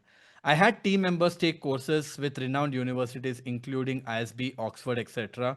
And I think I know more about generative AI in context of business than any of them. This course beats everything else. And these are messages that were sent, and the team was sharing it within ourselves to get a hang. Are going community. On day 13, even my pet cat got interested when he learned Jerry will be coming live. So it's actually a real picture of someone of Surendra who have posted this. But you can see this. If you're wondering what is this screenshot, sorry, we just have 3 minutes, so I'll make it very quick. If you're wondering what is the screenshot, we have this is the platform where you get access to once you join the program, right? And you will be able to see there's something called as gratitude, where people post once they finish the program. And look at this. Someone's thanking me here. Okay, that's cool. And the person has already created 10 different shots on YouTube and started to get output, right? This is Alan McKay, who became the first UK-based cybersecurity auditor of AI systems under the For Humanity certification. Only 5 people like this exist in the world, and Alan has dropped this AI generalist certified here, right here, right? This is Erin talking about how the session was. Someone is launching their products inside of the community, right? This is